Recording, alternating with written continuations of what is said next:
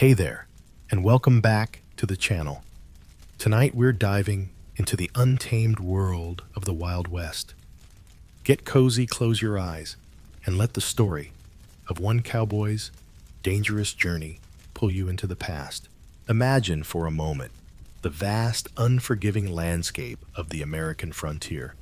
The land stretches endlessly before you open plains, jagged mountains, and horizons that seem to vanish into nothingness. The air is dry, and the sun beats down mercilessly on everything in sight. It's a harsh world where survival isn't just a challenge, it's a daily battle. The ground beneath your boots is dusty and cracked, and the only sounds are the wind and the distant cries of coyotes. Every step, every mile, is fraught with risk. Life on the trail is unpredictable, and danger is always lurking just around the corner. This is the life of a cowboy. Let me introduce you to Thorne McAllister, a seasoned cattle driver. He's no stranger to the hard road. Thorne's been through it all: long days on horseback, unpredictable storms, and even moments when he thought he might not make it through the night. But the call of the open trail, the challenge of surviving, and the promise of freedom keep him going. Thorne's about to embark on yet another cattle drive with nothing but his wits, his trusty horse, and the iron will of a man who knows the Wild West is no place for the faint of heart. So, with his heart set on the horizon, Thorne saddles up and faces the dangers ahead, knowing that survival in the Wild West takes more than just skill. It takes sheer determination. If you're enjoying this journey so far, don't forget to like this video, share it with your friends who love history, and comment below with your thoughts on life in the Wild West. Subscribe for more stories from the past, and ring the bell so you won't miss our next adventure. Ready for the ride? Let's continue this tale. The sun was already high in the sky, beating down relentlessly on the dry, cracked earth. Thorne McAllister adjusted his wide-brimmed hat, its edges worn from years of exposure to the elements, and squinted across the horizon. There in the distance, the trail stretched endlessly, winding through the vast, barren expanse of the Wild West. He wasn't sure how many days had passed since they'd set out. Time had a way of blurring together when you spent most of your life on horseback, chasing cattle across some of the harshest land in the country. "Move it, boys!" Thorne called out, his voice hoarse from days of shouting and riding. He nudged his horse forward, feeling the familiar ache in his lower back from the saddle. His legs were stiff, his body sore from the constant motion. But this was the life he had chosen, the life he knew better than any other. There was no turning back now. The cattle, a restless herd of longhorns, shuffled along in front of him, their hooves stirring up clouds of dust that clung to everything in their path. The scorching sun only made the dust seem heavier, and Thorne wiped a hand across his forehead, his skin slick with sweat. It was the kind of heat that made a man question his own sanity. But there was no room for doubt on the trail. Not for cowboys.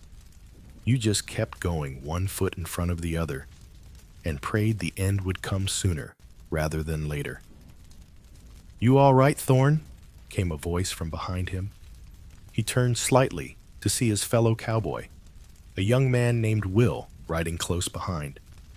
Will's face was red, his shirt drenched through, but he wore the same tired expression that Thorne had seen on countless faces over the years. It was the look of someone who had long since stopped caring about comfort. "I'll survive," Thorne grunted, pulling his horse back slightly to give the cattle some room. "We all will. Just keep pushing."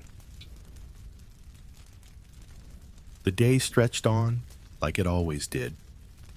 Long, grueling hours of endless riding and endless silence, broken only by the occasional shout or the low grumble of the cattle. The men kept their heads down, focused on the work at hand, as if acknowledging the hardships would make them worse. Thorn had learned long ago that the trail didn't care about your complaints, your aches, or your desires. The only thing that mattered was whether you could keep going. Hours bled into one another. The sun sank lower in the sky, casting a golden hue across the land. But the heat didn't relent. They pressed on the land beneath them, unforgiving and unforgiven. Thorn could feel the sting of exhaustion creeping in, but he kept it buried deep inside. There was no time to be tired, no space for weakness. Not out here. How much farther, Thorn? Will called out again, this time with a trace of desperation in his voice. The younger cowboy's face was drawn, his eyes bloodshot from lack of sleep. Thorn didn't answer right away. Instead, he took a long look at the horizon, at the endless expanse of land that seemed to stretch on forever. He knew the answer, of course, but he wasn't sure how much longer he could bear the weight of the truth. They were still days away from their destination, and the longer the journey stretched, the heavier the burden became. The cattle were restless, the weather was relentless, and the days seemed to drag on forever. Just a few more hours, Thorn said, his voice sounding far more confident than he felt. We'll stop when we hit the creek. We'll rest there. But the rest never came as easily as it should. Even when they made camp that night by the edge of a dry creek bed, the relief was only temporary. The fire crackled, sending sparks up into the air, but there was no warmth to be had. The chill of the night had already begun to creep in, and the thought of a warm bed of comfort seemed like a distant memory. Will settled down by the fire, his legs stretched out in front of him. "How do you do it, Thorn?" he asked quietly, his voice almost lost in the sound of the crackling flames. "How do you keep going when it feels like this will never end?" Thorn didn't answer right away. Instead, he stared into the fire, the orange glow lighting up the rough lines of his face. "You don't have a choice," he said finally. "If you stop, if you give in to it, you won't make it. Not out here. You keep going, because the land won't wait for you to rest, and the cattle sure as hell won't stop walking." He paused, his fingers moving absently over the edge of his saddle, the worn leather smooth under his touch. "It's the life we chose, Will, and you can't think too hard about it. Just keep putting one foot in front of the other." The words hung in the air, like the smoke from the fire, heavy and unspoken. Will nodded slowly, though Thorn could tell his thoughts were elsewhere. The younger cowboy had much to learn. As the night dragged on, the stars began to twinkle faintly above them. Thorn lay back on his bedroll, his body aching from the long ride, the tension in his muscles never quite fading. Sleep never came easily for a cowboy, not with the constant threat of danger. Whether it was a stampede, a surprise attack from outlaws, or the harsh weather, there was always something to keep you on edge. And so Thorn lay awake, his eyes trained on the distant shadows that stretched across the land.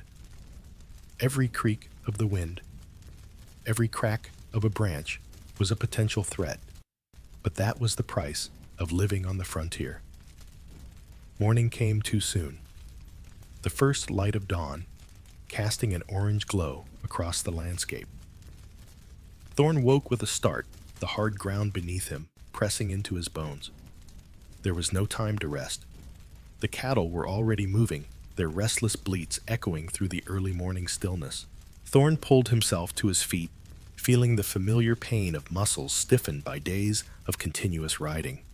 The days blurred together on the trail, and the lines between wakefulness and exhaustion were beginning to fade.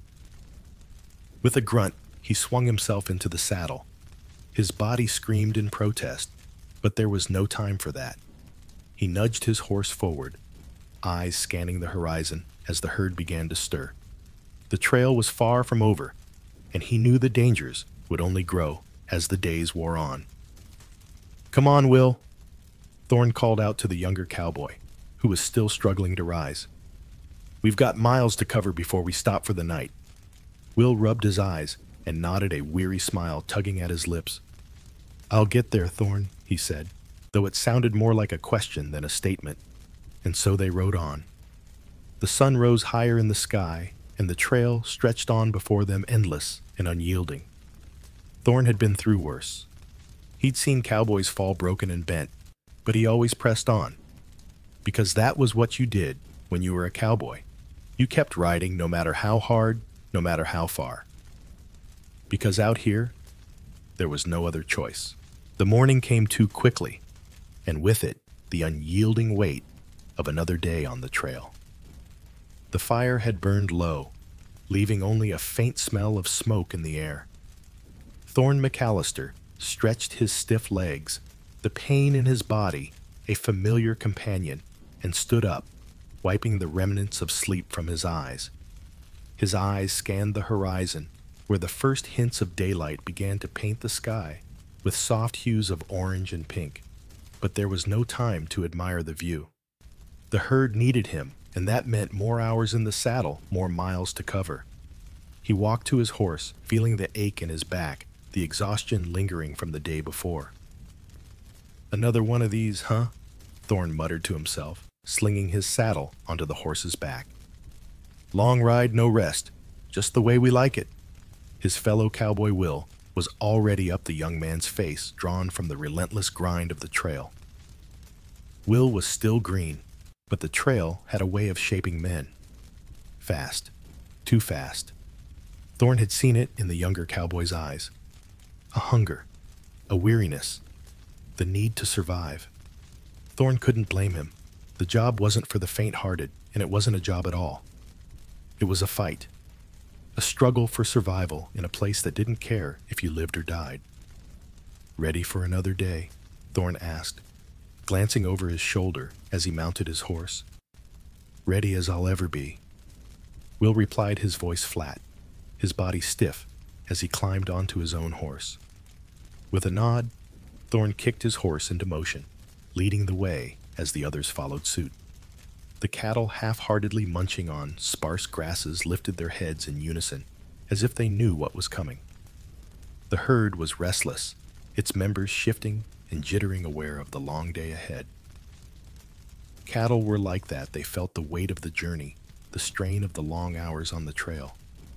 Thorn could see it in their eyes, the weariness that mirrored his own. But the herd had to keep moving. If they stopped for too long, the danger of losing them to the wild would become too great. "Keep them tight, Will," Thorn shouted, pointing ahead as the cattle started to spread out. "Don't let them break ranks. We can't afford another stampede." Will nodded, urging his horse forward to get ahead of the herd. Thorn followed, staying at the rear where he could keep an eye on things. It wasn't easy managing a herd, not by a long shot. It was a constant dance between guiding and controlling, coaxing and corralling. You had to move with them, stay in rhythm. But cattle didn't think like humans. They panicked easily, and once that happened, you were at their mercy. As the day wore on, the trail became more treacherous. The rough terrain, marked by jagged rocks and sudden dips in the land, tested the endurance of both horse and rider. Thorn's horse, a sturdy bay named Whiskey, had become a trusted companion. But even Whiskey could feel the strain. Thorn could hear the animal's breath coming in ragged gasps as they pushed forward. "Easy, boy," Thorn muttered, patting the horse's neck. "We're not done yet." The cattle, too, were feeling the toll of the journey. They became restless again, veering off course, their panic rising like the heat of the midday sun. Thorn's heart quickened as he saw one of the cows break away from the herd, trotting toward a rocky incline. The rest followed suit, scattering in all directions. "Damn it!" Thorn cursed under his breath. He kicked Whiskey into a gallop, racing toward the scattered herd. His mind raced, calculating the best course of action. One wrong move, and the entire herd could be lost. Thorn's eyes darted around, scanning the herd for the weakest link. A few cows had already begun to dart away from the main group, their instincts taking over. "Will," Thorn shouted, his voice cutting through the din of hooves and frantic bellows. "Get them back! I'll head them off on the left." Will, hearing the urgency in Thorn's voice, spurred his horse forward, positioning himself between the runaway cows and the main herd. Thorn's heart was pounding in his chest as he urged Whiskey into the fray, trusting the horse's instincts to carry them through the chaos. He had to get ahead of them, had to cut them off, or else they'd lose the whole damn herd. The next few moments were a blur of shouting, the pounding of hooves, and the hot, dry wind whipping across Thorn's face. He could feel the cattle's panic like it was his own. They were scared, unsure, and that made them dangerous. Thorn's eyes scanned the landscape, looking for any sign of movement. There. He spotted a group of cows headed toward a steep ravine. If they reached it, they'd be trapped. Thorn knew he had to get them turned around before it was too late. With a sharp whistle, Thorn urged Whiskey forward, maneuvering his horse expertly to cut off the cows before they reached the ravine. The herd was still scattered, but now with the horses working together, they slowly began to form a tighter group. Will was right there, keeping the other cows in line. After what felt like an eternity, Thorn finally brought the last cow back into the fold, his heart hammering in his chest. He pulled his horse to a halt, breathing heavily, his body slick with sweat. He wiped his brow, his mind racing, but the danger wasn't over. The herd had to keep moving. "You good?" Will asked, riding up beside him. His face was pale, his hands shaking slightly as he reined in his horse. Thorn nodded, though he was far from good. He'd been riding for hours without a break, using every ounce of his focus to keep the herd together. His muscles burned from the constant motion, his body screaming for rest. But the rest would come later. It always did. Right now, the only thing that mattered was keeping the cattle on course, keeping them alive. The rest of the day passed in a blur of exhaustion. The trail grew increasingly difficult, with rocky passes and thick brush. Every time they came to a river, Thorn's heart skipped a beat, knowing the danger of crossing it. Riverbeds in the Wild West were unpredictable, and many a cowboy had lost their herd to the merciless currents. Thorn didn't take any chances. He led the herd slowly, cautiously through the river, watching as the cattle's hooves splashed through the shallow water. The current was strong, but the cattle moved with steady determination, and Thorn's focus never wavered. It wasn't until they reached the other side that Thorn allowed himself a breath. But that relief was short-lived. The sky had grown darker, the wind picking up speed as a storm began to roll in. "Storm's coming," Will said, his voice tinged with worry as he glanced up at the thick clouds gathering overhead. "I know," Thorn replied, his jaw set with determination. "We keep moving. We don't stop. Not with the herd this close to the river." They pressed on, the wind picking up the storm, hitting with the force of a freight train. Rain began to pour, and the once dry trail turned to mud, making it even harder to keep control of the cattle. Thorn had seen storms like this before, brutal, unrelenting, and nearly impossible to outrun. But they had no choice. They had to keep moving, or risk losing everything. The cattle's bleats grew louder, their panic rising with each crack of thunder that split the sky. Thorn's heart raced as he pushed forward, guiding Whiskey through the thickening mud, his eyes scanning the herd, always alert to any signs of stragglers or dangers lurking in the storm. As darkness settled in, the dangers of the trail didn't let up. Thorn could hear the howling of coyotes in the distance, their eerie cries sending a chill down his spine. The night was cold, and the darkness seemed to stretch on forever. But there was no rest. Not now. Not until the herd was safely past the storm, past the predators, past the dangers of the Wild West. Through the cold, the rain, and the unrelenting darkness, Thorn McAllister kept riding his spirit, unbroken, his focus sharper than ever. The trail was long, and the dangers never ceased. But neither did he. The Wild West had claimed many men, but it wouldn't claim him. Not yet. The trail stretched on, endless and unforgiving. The dust clung to everything, coating the faces of the cowboys, their horses, and the very air around them. Thorne McAllister's eyes were tired, his muscles worn from days of hard riding, but the land wasn't done with him yet. As the cattle moved forward, the sound of hooves pounding against the dry earth was all that could be heard, save for the occasional rustle of wind through the sparse, brittle trees that dotted the landscape. But there was something else, something in the air, something heavier than just the heat. "You feel that?" Will the young cowboy asked, his voice low, his gaze darting nervously to the horizon. Thorne didn't answer at first. He kept his eyes on the herd, but something about the way Will had spoken gave him pause. The land had its own rhythm, its own pulse, and Thorne had learned to listen to it over the years. Right now, that pulse was off. It was a feeling something sharp and dangerous lurking in the distance.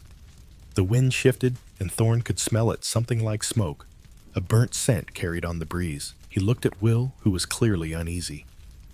"Keep your eyes open, Will," Thorne said, his voice calm but firm. "Something's not right." Thorne spurred his horse forward, signaling the others to follow, though the herd's pace slowed. The cattle sensed the change in the air, their instincts kicking in, making them jittery. Thorne knew that feeling all too well. The wild didn't care for cowboys, and neither did the people who lived on it. The first sign came from the ridge ahead, a figure moving across the top of the rocks. A flicker of movement, a flash of color. Thorne's heart skipped. He had seen that before. It was the unmistakable shape of a warrior on horseback. Native American. The wind carried a faint call, a voice lost in the distance, but Thorne could hear it all the same. He drew his reins back, signaling the others to stop. The sound of hooves ceased, the stillness settling over the group like a blanket. Thorne's hand hovered near the pistol on his hip, not drawn, but ready. He had been in situations like this before, but never with the herd this vulnerable, and not without his rifle either. "Indians," Will muttered, barely above a whisper. He was tense, his hands shaking slightly on the reins. Thorne shot him a look, his face unreadable. "Don't say it like that, Will. These are people. Just because they don't wear the same clothes or follow the same ways doesn't mean they're enemies." But there was no time for discussion. The distant warrior had been joined by others. More figures appeared, silhouettes in the distance, like ghosts on the edge of the earth. Thorne had seen enough to know that the land the cowboys were riding on wasn't theirs. It belonged to the Native American tribes, and they had every right to protect it.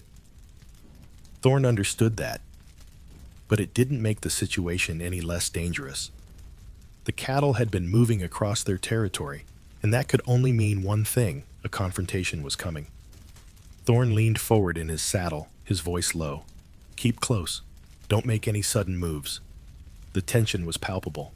The warriors on horseback circled, staying just out of range, but keeping their eyes fixed on the cowboys. Thorne knew they wouldn't attack unless provoked, but they were watching. He could see the glint of their spears and the fierceness in their gaze. The herd was unsettled, and it wouldn't take much for them to panic and scatter. He spoke to Will in a calm, steady voice. "Hold your ground. Let me do the talking. We don't want to fight unless we have to." The words barely left his mouth when another figure appeared from the opposite side. A group of mounted men, cowboys, but not the ones from Thorne's trail. Their faces were weathered, hardened by years of working the land, and their clothes were stained with sweat and dust. These men were rough around the edges, the kind of men who'd settled in these parts long before the cowboys came, the kind who didn't take kindly to outsiders. "Well, well," one of them said, a sneer in his voice, as he spurred his horse closer to Thorn.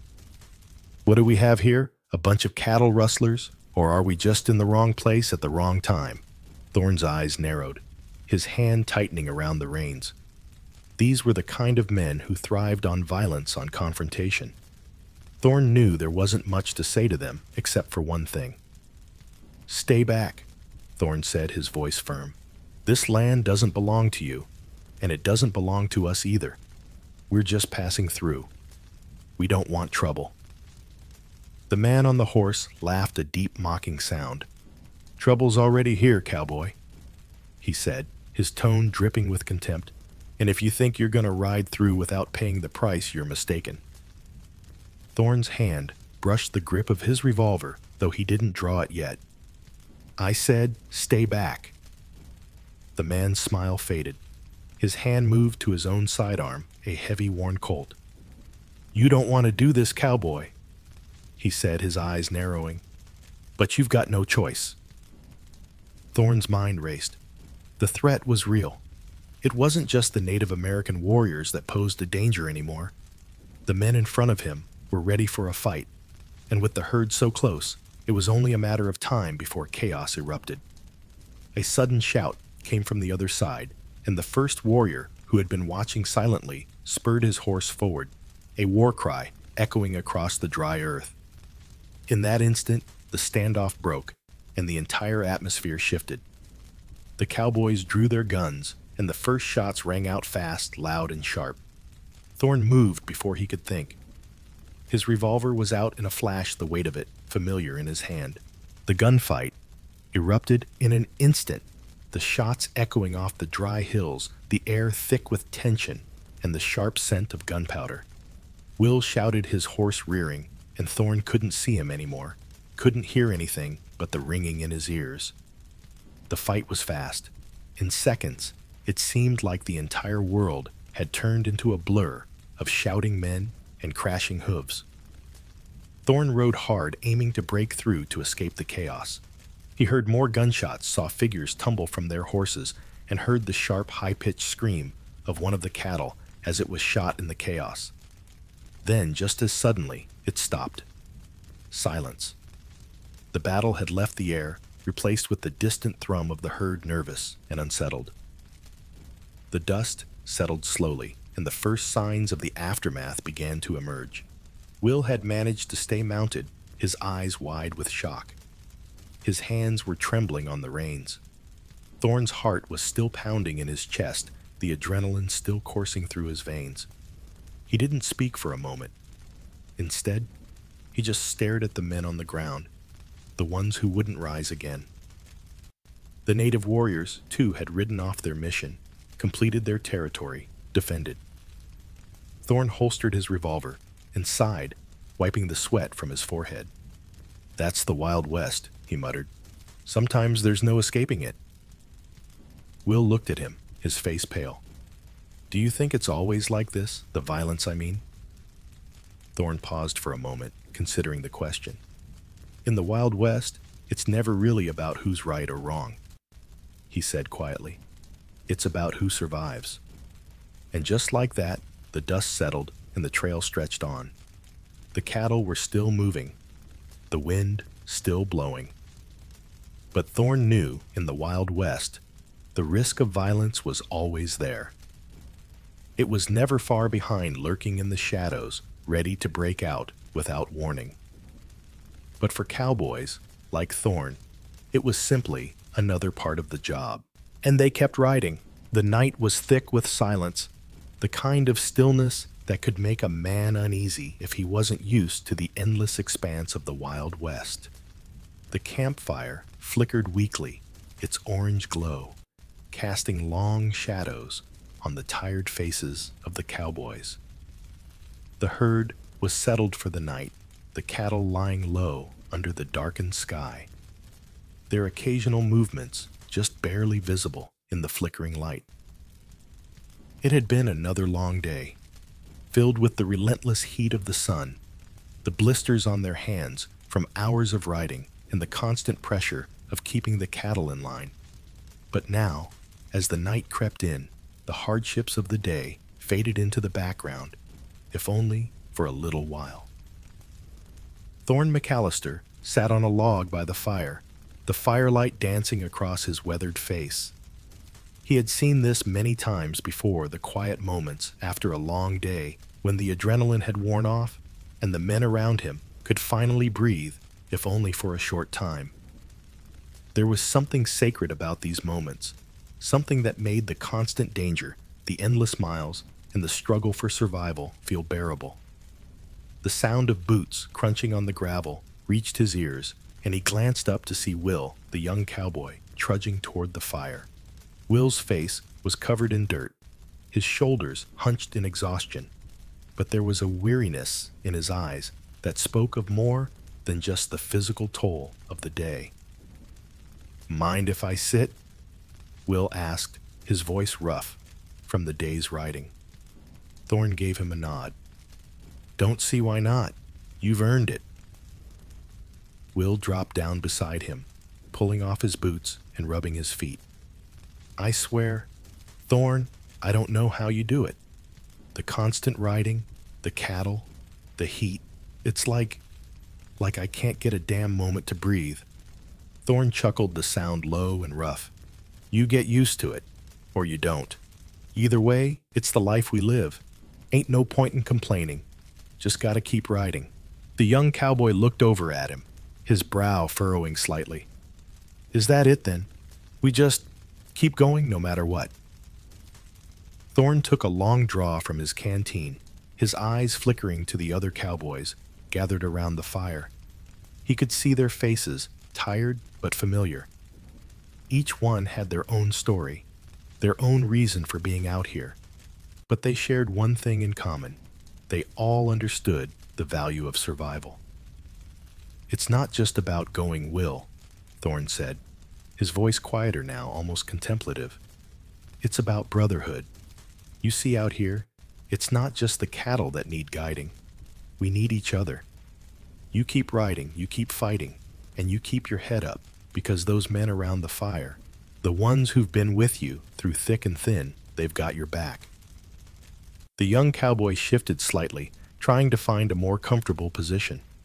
He looked around at the others sitting near the fire, each cowboy lost in their own thoughts, but bound by the same unspoken understanding. Will didn't say anything, but Thorne could see the realization dawning in his eyes. "This ain't like anything back home," Will murmured. "It's like a different world out here." "Yep," Thorne replied, his gaze fixed on the crackling fire. "Different world, all right, but that's why we stick together. In the end, that's what keeps us alive. The land, the cattle, the storms, the dangers, they don't care about you. But we do, and that's what matters." The fire crackled in the quiet night, and for a while no one spoke. The other cowboys had gathered around, and the sound of soft chatter filled the space around them. It was a familiar rhythm. After a long day, the men would settle into camp, share a meal, and then share stories. Stories of home, of their past lives, of the things they'd seen on the trail. They laughed together, sometimes loudly, sometimes quietly, but always together. And in those moments, there was comfort, a fleeting escape from the hardships of the trail. It was what kept them grounded. But tonight, the stories were different. The men had gathered with a quiet intensity, their faces reflecting the exhaustion of the journey, but also the quiet respect they had for one another. The cattle were safe for now, and they could afford to relax. For a moment, it was just a campfire, a meal, and the quiet camaraderie of men who had been through the fire together. Thorne leaned back, taking in the sounds of his companions. He didn't need to say much. The camaraderie was there, unspoken in the way the men interacted with each other. Even Will, who was still finding his place, was slowly becoming a part of the brotherhood. Thorne had seen it happen time and time again. The men who had never been on the trail before, who were once strangers, slowly becoming part of the fabric of this life. And for all the hardship, for all the dangers they faced, there was something to be said for the strength of that bond. Later that night, as the fire burned low, Thorn found himself standing, stretching his stiff muscles. The stars above were brilliant, their light cutting through the blackness of the sky.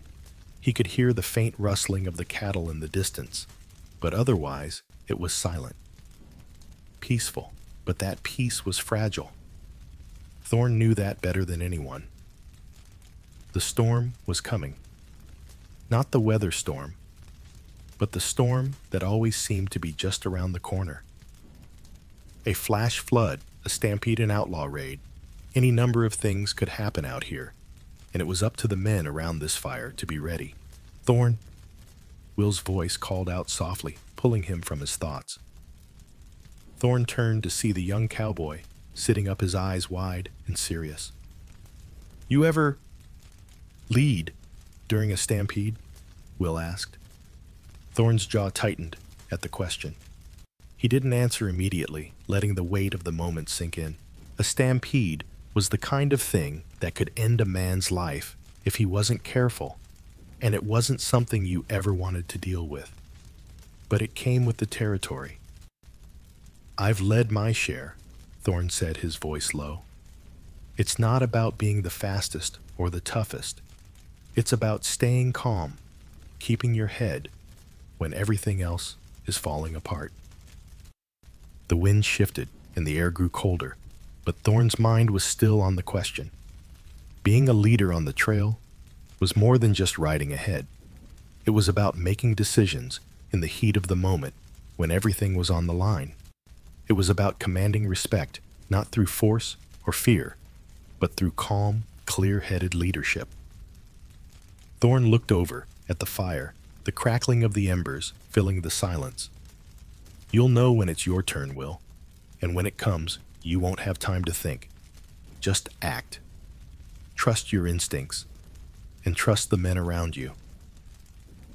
The young cowboy nodded, the seriousness of the moment settling in. "I'll try." Thorn smiled, though it was a rare thing for him. That's all any of us can do. The next day, the herd had to cross a river. The rain from the previous night had swollen the banks, and the current was faster than usual. The cattle were nervous, the heavy flow of water threatening to sweep them away if they weren't careful. Thorn watched as the men worked together, guiding the herd through the water, using their experience and instincts to keep them calm. Suddenly, one of the horses reared up, panicked, and bolted toward the fast-moving water. Thorn's heart raced as he saw the situation unfolding. Without thinking, he spurred his horse forward, shouting orders to the others. His voice cut through the chaos, commanding their attention. "Get to the left side now! Keep them together!" Thorn shouted, his voice booming above the sound of the river. The men responded quickly, moving as one unit. Will, for all his nerves, was right there beside him, guiding the herd. Thorn's heart pounded in his chest as he rode hard, his eyes trained on the runaway horse. The water was rushing dangerously fast, and the current was threatening to pull them all under. But Thorn remained calm. He wasn't just thinking of himself. He was thinking of the men who relied on him, of the herd that depended on his every move. The sense of responsibility weighed heavily on him, but it was a responsibility he had accepted long ago. And when the moment came, when everything seemed to hang in the balance, Thorn made the call. They broke to the left, and with a final push, they guided the herd through the dangerous water. By the time the last cattle had crossed, everyone was soaked to the bone, but the herd was intact. Thorn looked over at Will, who was breathing heavily, his eyes wide with adrenaline. "You did good, Will," Thorn said, a rare smile tugging at the corners of his lips. "Real good." And in that moment, Will understood. Leadership wasn't just about being in charge. It was about earning the respect of the men around you, keeping calm when the world around you seemed to be falling apart. It was about surviving together, not just as individuals, but as a team. And that Thorn knew was what made all the difference in the Wild West. The sun hung low in the sky, casting long shadows over the arid land that stretched endlessly before them. The heat was oppressive, a heavy, suffocating blanket that clung to the men and the horses alike. Thorne McAllister wiped the sweat from his brow, feeling the salt sting his eyes. But there was no time to stop. The cattle were already restless, their long journey having worn them thin. They too were feeling the weight of the sun, their bodies shifting uneasily in the heat. The trail, as always, was a constant battle not just against the distance, but against the land itself. "We've got to get through this pass," Thorne muttered to himself, his voice rough and strained. The pass ahead was steep, its jagged rocks sharp against the blue sky. The horses were already slowing their hooves, kicking up the dry dust as they trudged forward. Behind them, the rest of the cowboys followed, their faces gaunt, their bodies worn from days on the trail. "How much farther?" Will asked, his voice tight with exhaustion. The young cowboy's face was flushed, his lips cracked from the unrelenting heat. Thorne glanced over his shoulder, taking in the sight of the other men. They were all struggling, their bodies beginning to show the strain of the journey. There had been no rain for days, the land stretching out in an endless sea of dust. The thought of water, of something cool and refreshing, was almost enough to drive a man mad. But out here, in this unforgiving terrain, water was more precious than gold. "We'll make camp soon," Thorne said, trying to keep the uncertainty out of his voice. The pass loomed ahead, and he knew it was going to be a tough ride. The sun was setting, casting a warm glow across the sky, but there was no relief from the heat. The cattle were struggling, the dust thick and choking. Thorne urged his horse forward, his mind working fast. They had to keep moving. But how much longer could they go? How much longer before the land claimed them, as it had claimed so many others? As they neared the pass, Thorne's heart sank. The steep rocks on either side seemed to close in the narrow trail, barely wide enough for the herd. The air was dry, the only sound the scraping of hooves on the rocky ground. The cattle were restless, their low bellowing echoing off the jagged cliffs. "We're running low on water, Thorne," Will said, his voice tight with worry. "If we don't find something soon, we're in trouble." Thorne nodded grimly. He had known this moment was coming. The land didn't care about cowboys. It didn't care if they had families or if they had a future. It was as wild and untamed as the animals that roamed it, indifferent to anything that didn't fit within its harsh, unforgiving rules. "Just keep moving," Thorne said, his voice low. "We'll find water soon enough." But the truth was, Thorne didn't know that. He had been on this trail long enough to know that the land was unpredictable. It could give you water one day and take it away the next. And the longer they stayed out here, the more likely it was that the land would get the better of them. Thorne had seen it before, cowboys who pushed too far, who didn't respect the land enough, and who paid the price with their lives. They continued up the pass, the trail growing steeper, the air thinner. Thorne's horse Whiskey was struggling to keep up. His breathing labored as the altitude began to take its toll. Thorne felt the weight of the pack on his back, the sun beating down relentlessly on his shoulders, his neck, his face. His mind was a blur of exhaustion, but he forced himself to focus. There was no time for weakness, not now. Not when the cattle, the men, and everything else depended on him. "Thorne," Will called, his voice sharp with panic. "Something's ahead." Thorne looked up, his heart racing. In the distance, he could see a shape moving along the trail, a dark figure against the pale blue of the sky.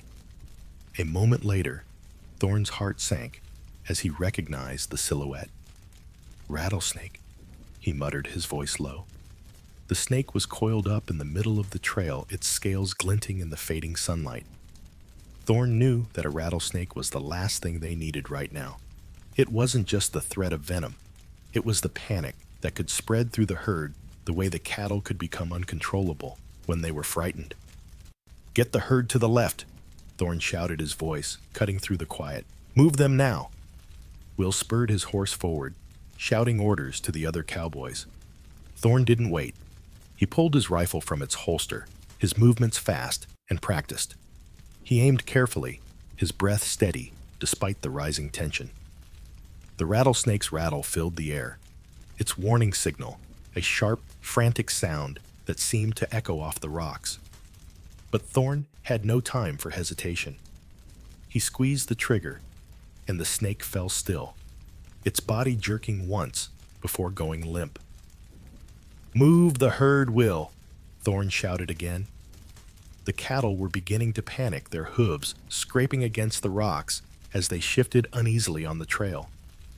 The men worked quickly, guiding them away from the dead snake, pushing them to the side of the pass where the trail was wider. But the dangers weren't over. The air was thick with dust, and the land seemed to press in on them from all sides. Thorn could feel the weight of the heat, the dryness in his throat, the ache in his muscles.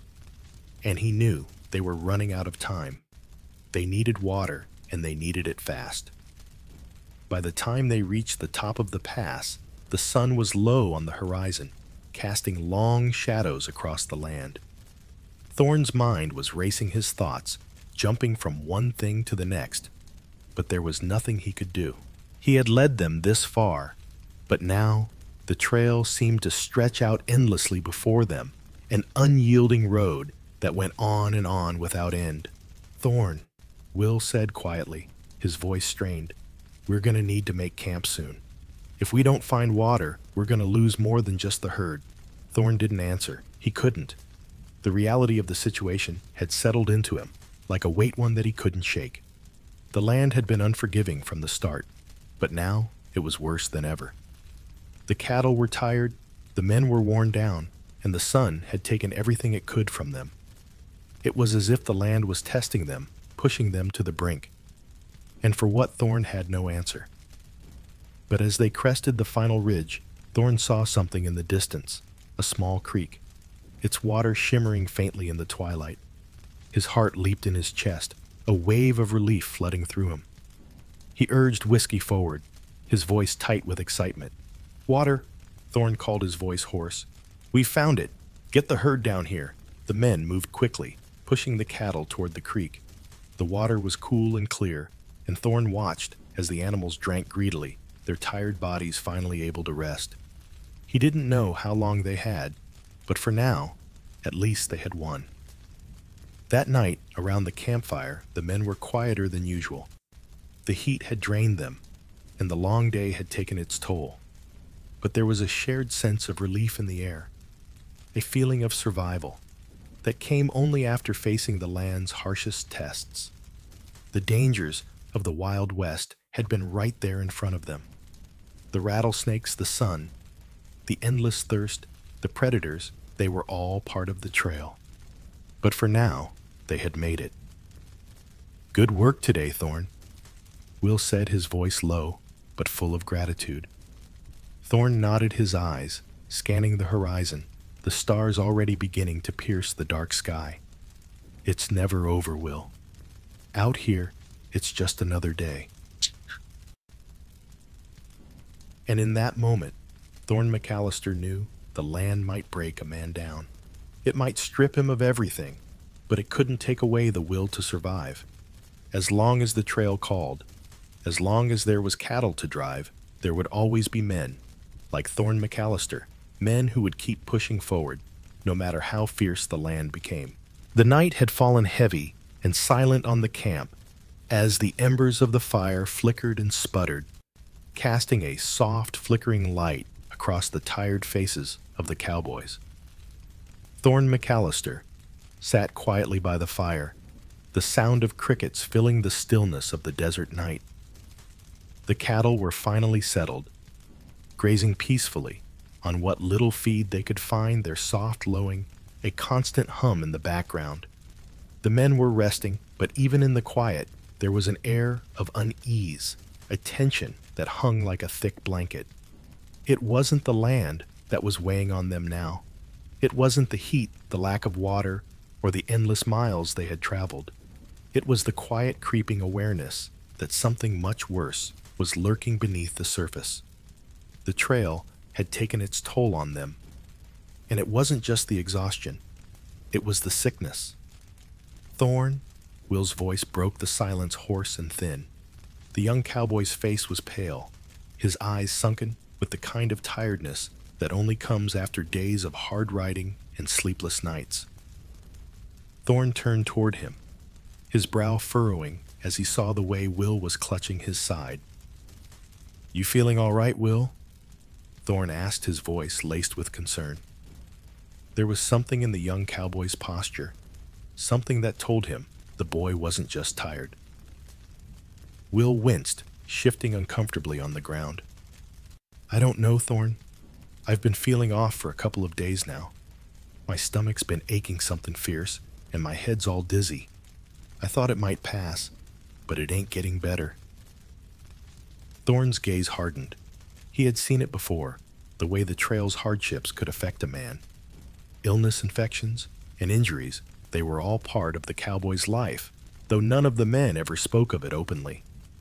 They had learned to hide the pain, to keep their struggles to themselves, because out here, you couldn't afford to be weak. Weakness could kill you, but it was hard to hide sickness, especially when it left a man doubled over, sweating and shivering in the middle of the night. "Let me take a look at it," Thorn said, moving closer to the fire where Will had curled up. The firelight flickered across Will's face, and Thorn could see the sheen of sweat on his brow, the pallor of his skin. The young man was pale, and his breathing was labored. Will hesitated, but then nodded, wincing as he shifted his jacket aside. Thorn could see the raw redness on the young cowboy's skin, the faint but unmistakable signs of infection. "This ain't good," Thorn muttered under his breath. He reached for the small kit of supplies he carried with him, antiseptics, bandages, and a few makeshift remedies that might help keep things from getting worse. But Thorn knew they were no substitute for real medical care. "There's a doctor in town," Will said, his voice weak. "But he's days away, isn't he?" Thorn nodded grimly, his fingers gently probing the infection on Will's side. "Too far away to make it.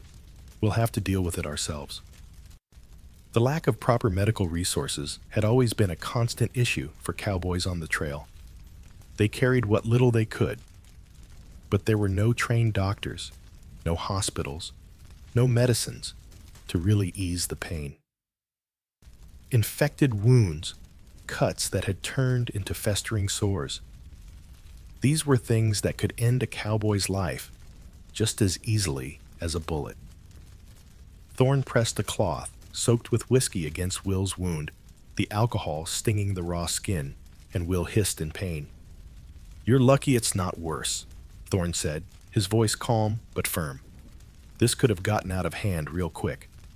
We'll clean it up, keep it covered, and hope for the best."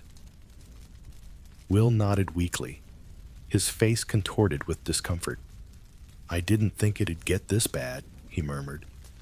"We've been drinking from streams, and I haven't seen a clean place in days. I thought I could just power through it." Thorn shook his head, a grim smile tugging at the corner of his lips. "That's the thing about this life, Will. You can't power through some things. You've got to take care of yourself out here, even when it seems like there's no time." They both fell silent for a moment, the weight of the trail's demands pressing down on them. The landscape around them was unforgiving, dry, and dusty, with no place to escape the heat.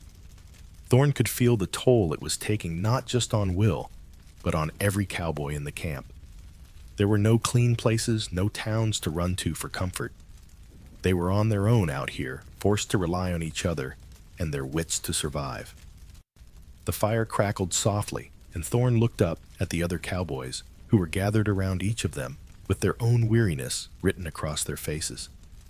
They were tired, aching from the ride, and burdened by the land's indifference. "I'll be all right," Will said, after a long silence, his voice hoarse but steady. "I've been through worse." Thorn nodded, though the unease in his gut didn't subside. He knew how quickly things could spiral out of control. An infection out here wasn't just a few days of misery. It could mean death. A man could go from being fine to feverish and delirious in a matter of days. And once an infection set in, there was little they could do. Without a proper doctor, there were only makeshift remedies, whiskey herbs, and whatever they could scrape together. The closest doctor was far away, and if things went wrong, there wouldn't be time to make it back. The night grew colder, the wind picking up as the temperature dropped. Thorn's mind drifted to the other cowboys in the camp. Some were already asleep, their bodies exhausted from the day's ride, while others sat in silence staring into the fire. No one spoke of the dangers they faced daily. The exhaustion, the sickness, the infections. They had learned to hide it, to put on a brave face, but Thorn could see it in the eyes of the men. They were all struggling. A few days passed, and Will's condition seemed to stabilize. But the trail was unforgiving, and the dangers never stopped. The next day, another cowboy, Jacob, came to Thorn with a swelling in his leg, the result of a horse kick he had taken the day before. Thorn examined it, frowning as he saw the infection beginning to take hold. Shit. Thorn muttered, his fingers pressing against the swollen skin. We've got to drain this before it gets any worse. Jacob winced, his face tight with pain. How long do we have, Thorn? Thorn didn't answer right away. He knew the answer. They didn't have much time. Infection could spread fast out here, and without proper medical care, it could quickly turn lethal. Let's just get this drained, Thorn said, his voice calm but firm. We'll clean it up, and I'll keep an eye on it. But if it gets worse, we'll have to move fast. The lack of sanitation out here made everything harder. Every wound, every scrape, every cut had the potential to become a problem. There was no clean water to wash, with no sterile bandages to dress the wounds. And the longer they went without proper care, the more likely it was that things would get out of hand. Thorn had seen it before cowboys who had been perfectly fine one day only to be buried the next because of an infection that could have been treated with the right care. As the days went on, the men in the camp grew quieter, more subdued. It wasn't just the exhaustion from the ride. It was the sickness that was slowly creeping through them all. A cough here, a fever there. No one was immune to the toll the trail took on a body. And Thorn knew that they were all teetering on the edge of something much worse. By the time they reached their next water stop, several of the men had begun to show symptoms of dysentery, a common ailment on the trail. Thorn's stomach tightened as he watched the men struggle, their bodies weakened from the relentless heat and the lack of clean water. Thorn, Jacob called out one afternoon, his face pale. I can't keep anything down. My stomach's been in knots for hours. Thorn glanced up, his heart sinking as he saw the sweat beading on Jacob's forehead. The symptoms were unmistakable. It's the water, Thorn said, his voice low. We need to be careful with it. We've been drinking from some bad sources. The realization hit the group hard. They had been so focused on the cattle on the trail that they hadn't thought about the quality of their water. Now, it was too late. The sickness was spreading, and there was no way to stop it. Thorn didn't know how much longer they could go on like this. They had made it this far, but the trail was starting to take more from them than they had to give. And out here in the wilderness, in a land that didn't care about their survival, they were on their own. The fire crackled softly, and Thorn stared into the flames, the weight of the journey pressing down on him. They would keep going, just like they always had, because that's what cowboys did. They didn't stop. They kept moving forward, even when the odds were against them. But even Thorn knew out here survival wasn't guaranteed. And for the first time in a long time, he wondered how much longer they could hold on. The sound of hooves in the distance was constant, like the pulse of the earth itself. The herd was still moving, their low, steady calls echoing across the dry plains.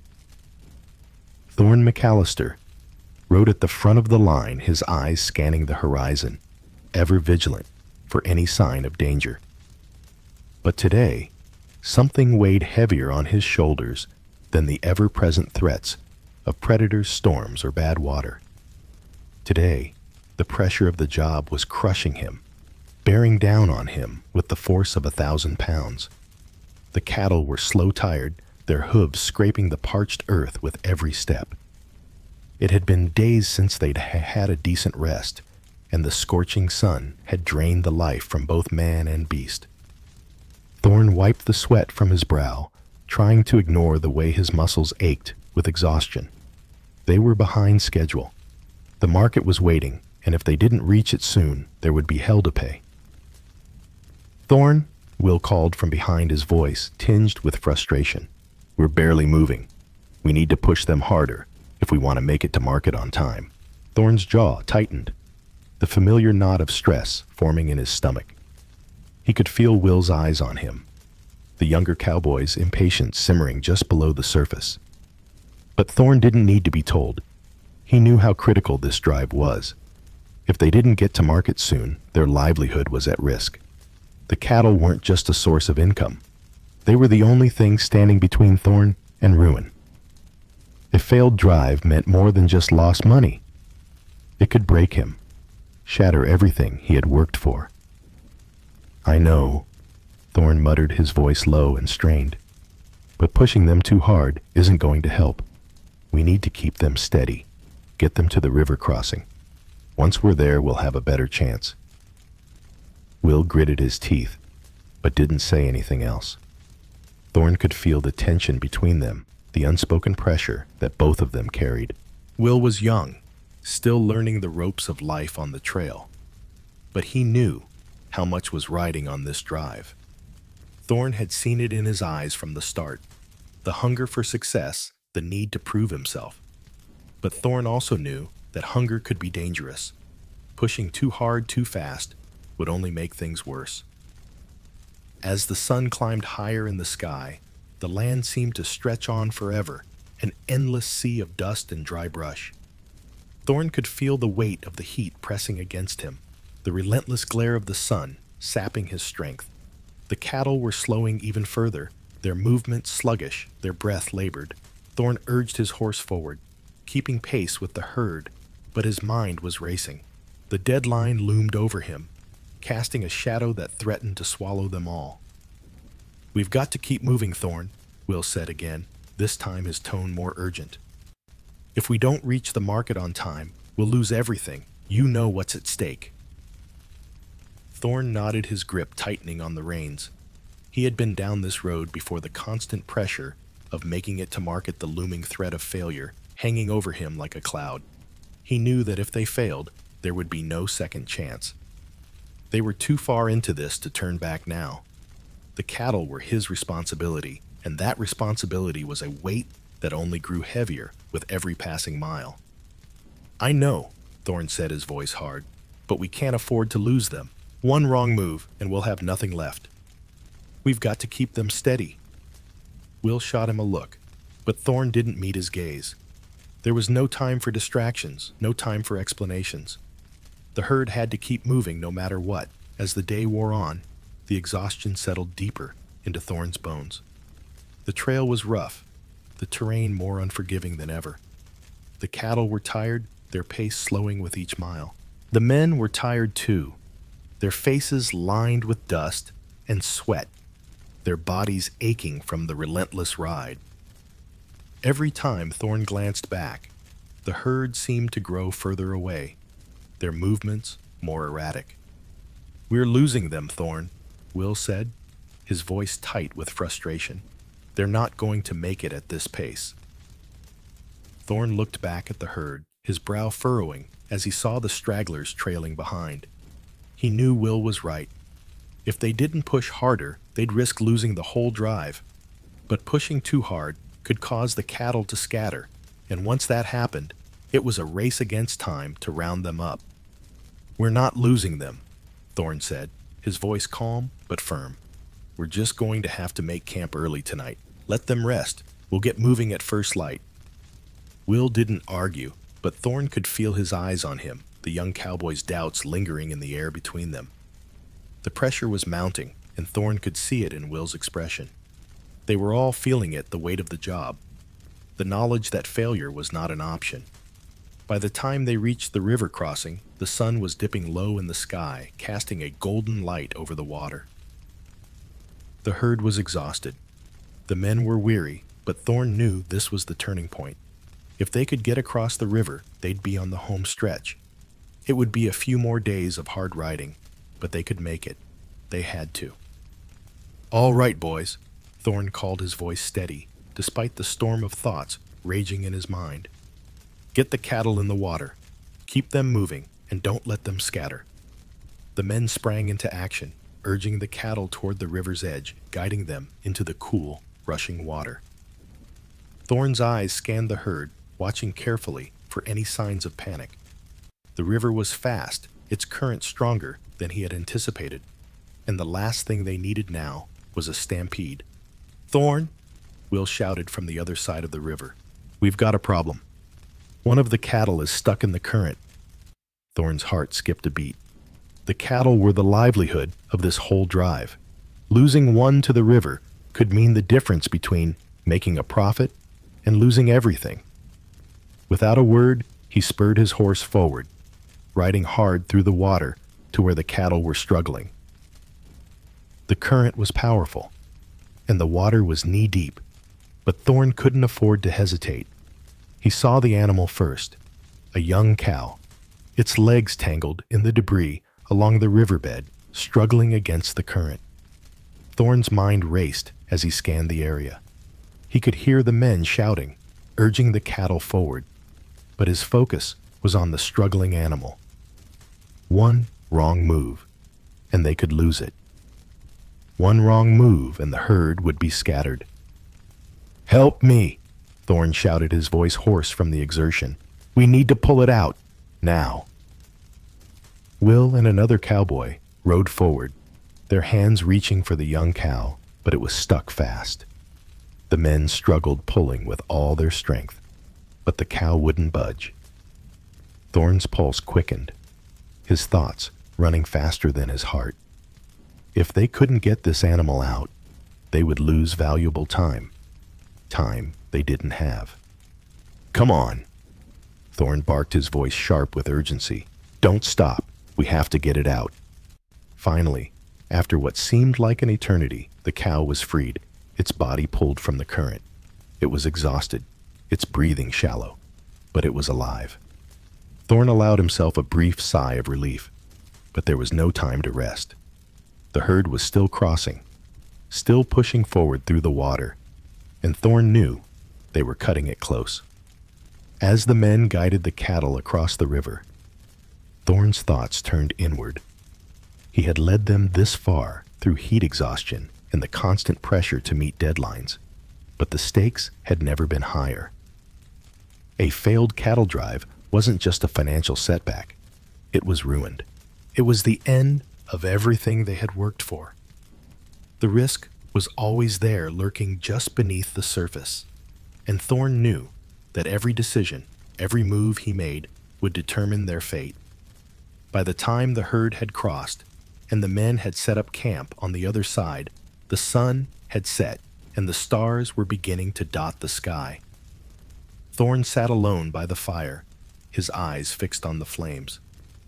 The day had been long, and the weight of the responsibility still pressed heavily on his chest. "We're getting close, Thorn," Will said quietly, coming to sit beside him. "We'll make it, won't we?" Thorn didn't answer right away. The pressure was still there, gnawing at him, but he knew they had come this far. They had made it through the worst of it. Now, they just had to keep going one step at a time. "I hope so," Will Thorn said quietly, his voice tinged with the uncertainty that had followed him every step of the way. "I hope so." And so they sat in the stillness of the night, surrounded by the sounds of the wilderness. The trail stretched on before them, but Thorn knew that as long as they had the herd, as long as they had each other, there was still hope. The road ahead was still dangerous, still uncertain, but they would face it together no matter what, because that's what cowboys did. They kept riding no matter how hard, no matter how far. The sun had dipped below the horizon, leaving the camp bathed in the eerie stillness of night. Thorn McAllister leaned against a large rock near the campfire, his eyes scanning the dark horizon. The cattle were settled for the night, grazing lazily under the starry sky, their low, muffled sounds blending with the gentle rustling of the desert wind. The fire crackled and popped, casting a soft orange glow that flickered across the faces of the cowboys sitting around it. Most of them were too tired to speak, their bodies worn from the long journey. But even in their exhaustion, there was an unease in the air, a tension that never seemed to lift. Thorn wiped the sweat from his brow, the weight of the day still heavy on his shoulders. The cattle drive had been a long, hard one, the trail treacherous and unforgiving.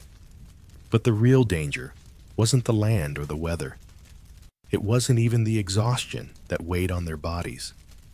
It was the fear that lurked just beyond the firelight, the fear of outlaws.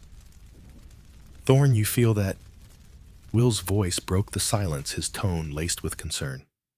The young cowboy had been sitting silently, but now he shifted uneasily, his eyes darting to the dark expanse of desert that surrounded them. Thorn didn't answer immediately. He had learned to trust his instincts, and tonight, those instincts were telling him something wasn't right. The wind had shifted, and the usual night sounds, the chirping of crickets, the howling of coyotes in the distance had faded. In their place was a heavy silence broken only by the occasional crackle of the fire. It was too quiet, too still. "They're out there," Thorn muttered, his voice barely above a whisper. "We're not alone." Will's eyes widened, and he shifted uncomfortably, his hand instinctively resting on the grip of his revolver. "Outlaws!" Thorn nodded slowly, his gaze never leaving the shadows. "Could be. We've been riding through outlaw country for days now. It's only a matter of time before we cross paths with them." The men around the campfire shifted, their expressions darkening. The threat of outlaws was something they had all known they would eventually face. But knowing it was coming didn't make it any less terrifying. They had seen the signs, the telltale signs of cattle rustlers lurking along the trails, waiting for the perfect moment to strike. And now, that moment felt imminent. Thorn stood up slowly, his muscles stiff from the day's ride. He motioned for the others to remain silent, his eyes scanning the edges of the camp, his senses heightened. The firelight flickered, casting long shadows on the ground, but it offered little protection. In the darkness beyond the camp, there could be a dozen men waiting for the right time to strike. "Keep your eyes peeled," Thorn said quietly. "They could be anywhere. Just don't let your guard down." Will nodded, his expression tense. "How do you know it's them? Could just be animals, right?" Thorn shook his head. "No, I've been through this before. Outlaws don't make noise when they move. They stay in the shadows, waiting for the perfect moment to strike." For a moment, everything was still. Then a distant sound, faint but unmistakable, reached Thorn's ears. The soft thud of hooves. It was so quiet that at first he thought it was just the wind playing tricks on him. But then the sound grew louder, clearer, and he knew for sure. Someone was out there, riding silently, moving closer. Thorn's heart skipped a beat. "Get ready," he hissed, his hand moving to the grip of his revolver. "They're coming." The men around the campfire scrambled to their feet, their hands going to their own weapons, their eyes scanning the darkness. The tension was thick enough to cut with a knife, the fear palpable in the air. Every man knew what was at stake. If these were outlaws, they wouldn't hesitate to take the cattle, or worse, take their lives. The sounds of hooves grew louder, closer now, until Thorn could make out the distinct, rhythmic pounding of horses' hooves across the dirt. The men moved into position, taking cover behind rocks and trees, their eyes fixed on the approaching noise. Then, without warning, a figure appeared in the darkness, silhouetted against the dim light of the fire.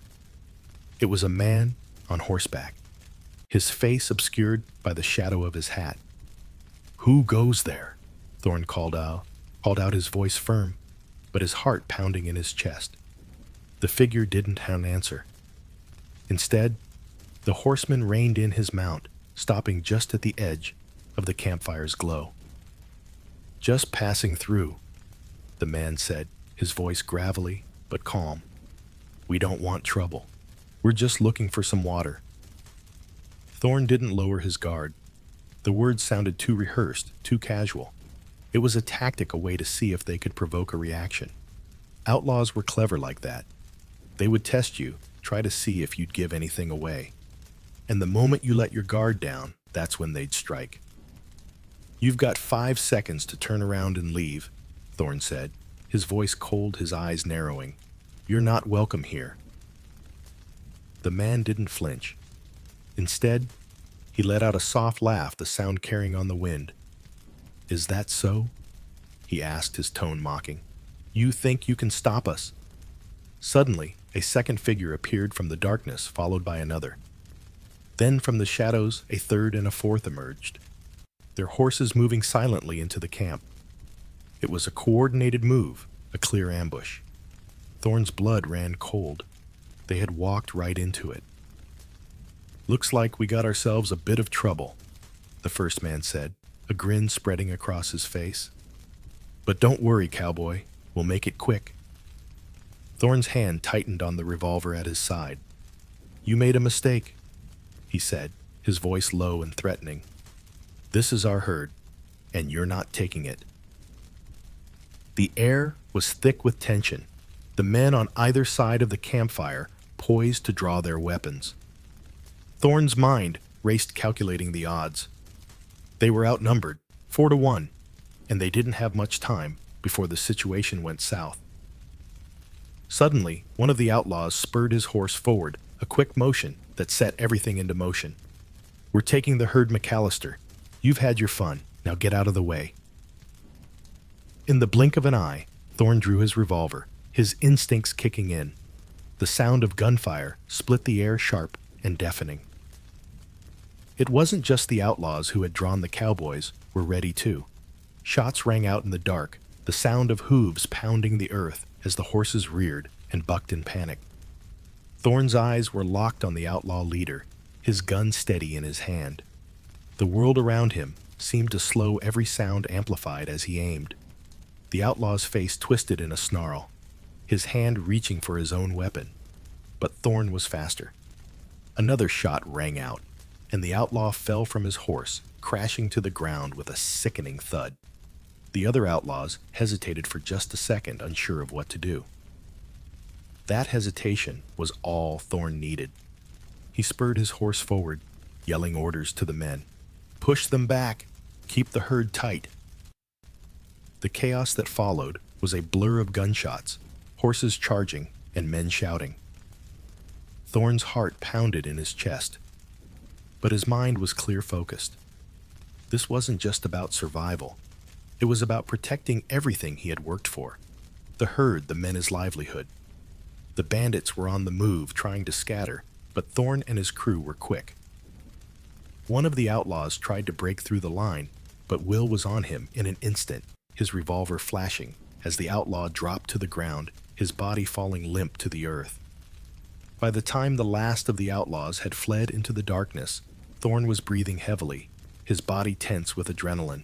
The men around the campfire were panting, their guns still in hand, their eyes scanning the area for any remaining threats. "You all right?" Will asked, his voice shaky but determined.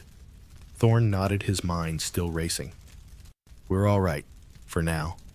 The camp was still, the only sound the wind rustling through the trees. The cattle were calm, their panic subsiding, but Thorn knew the danger wasn't over. They had survived this encounter, but in the Wild West, survival was never guaranteed. The outlaws would be back. They always came back. "Let's keep the fire low tonight," Thorn said, his voice grim. "We can't afford to draw any more attention."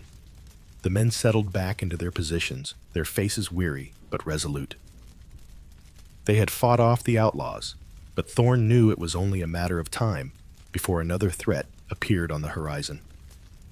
This was the Wild West, a place where danger came in many forms, and where survival depended on staying one step ahead of the men who would do anything to take what you had. And for Thorne McAllister, that was a battle that never ended.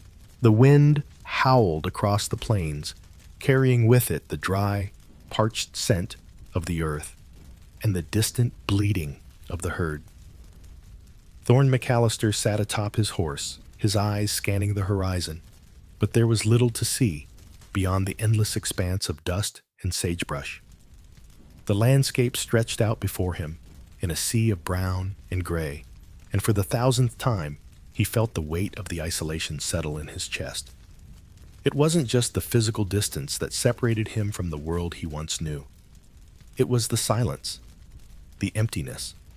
The quiet teem depressed down on him, suffocating every thought he had.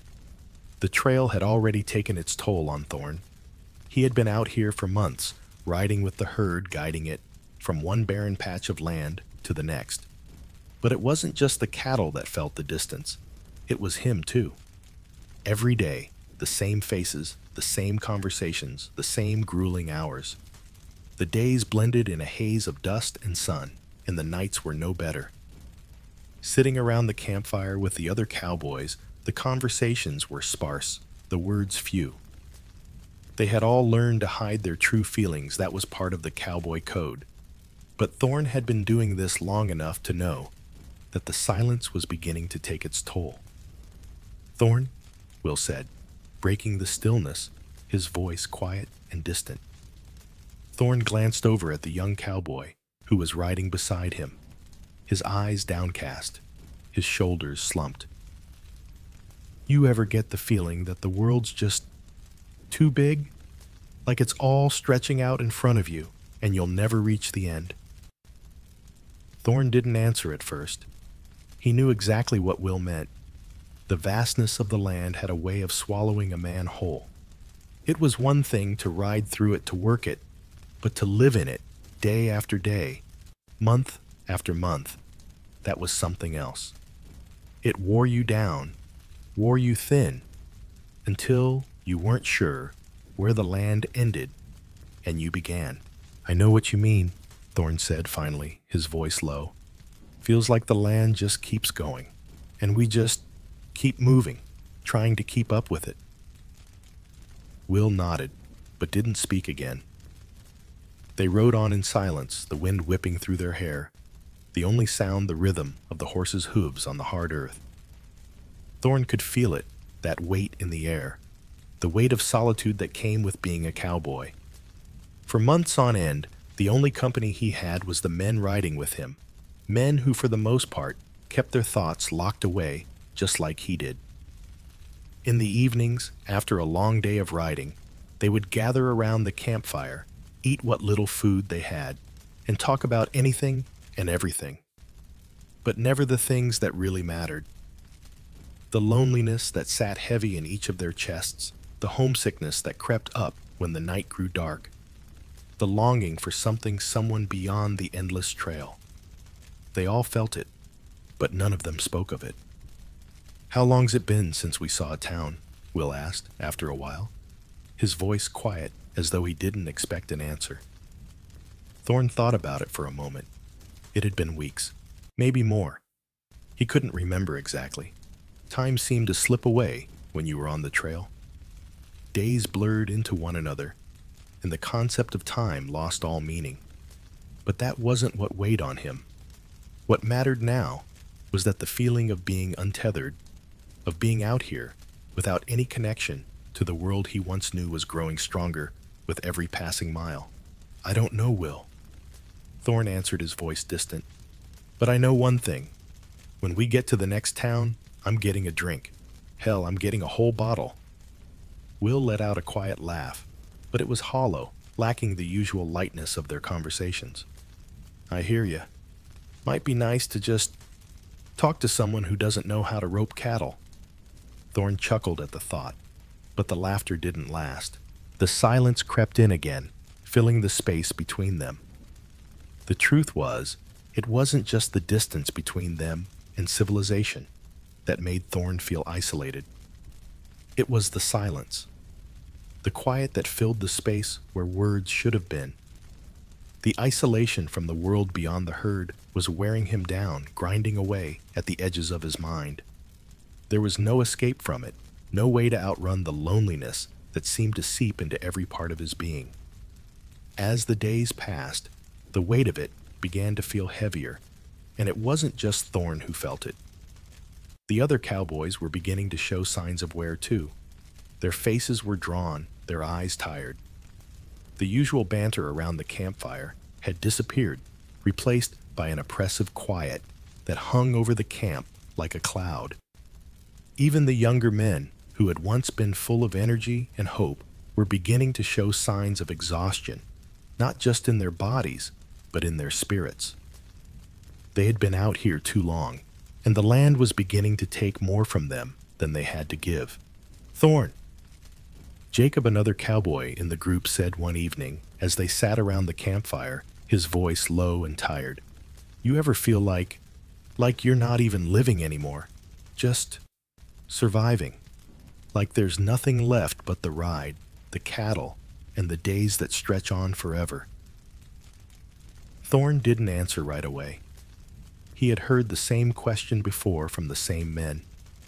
He had asked it of himself countless times, but he had never spoken the words out loud. The loneliness, the constant exhaustion, the weight of the job had all pressed in on him until there was nothing left but the ride. The days bled into one another, each one like the last, and the faces of the men he rode with grew more and more distant. They were just like him, trapped in the same cycle of endless days, never breaking free, never finding anything to hold on to except the next mile of trail. "You get used to it," Thorn said finally, his voice quiet but steady. "You have to. If you don't, well then you won't make it. Out here it's just the herd and the trail. The rest of it doesn't matter." Jacob nodded slowly, his eyes distant as he stared into the fire. "Guess that's why we all end up like this. Just keep moving, never stop. Never think about what it really means to live." Thorn didn't know what to say to that.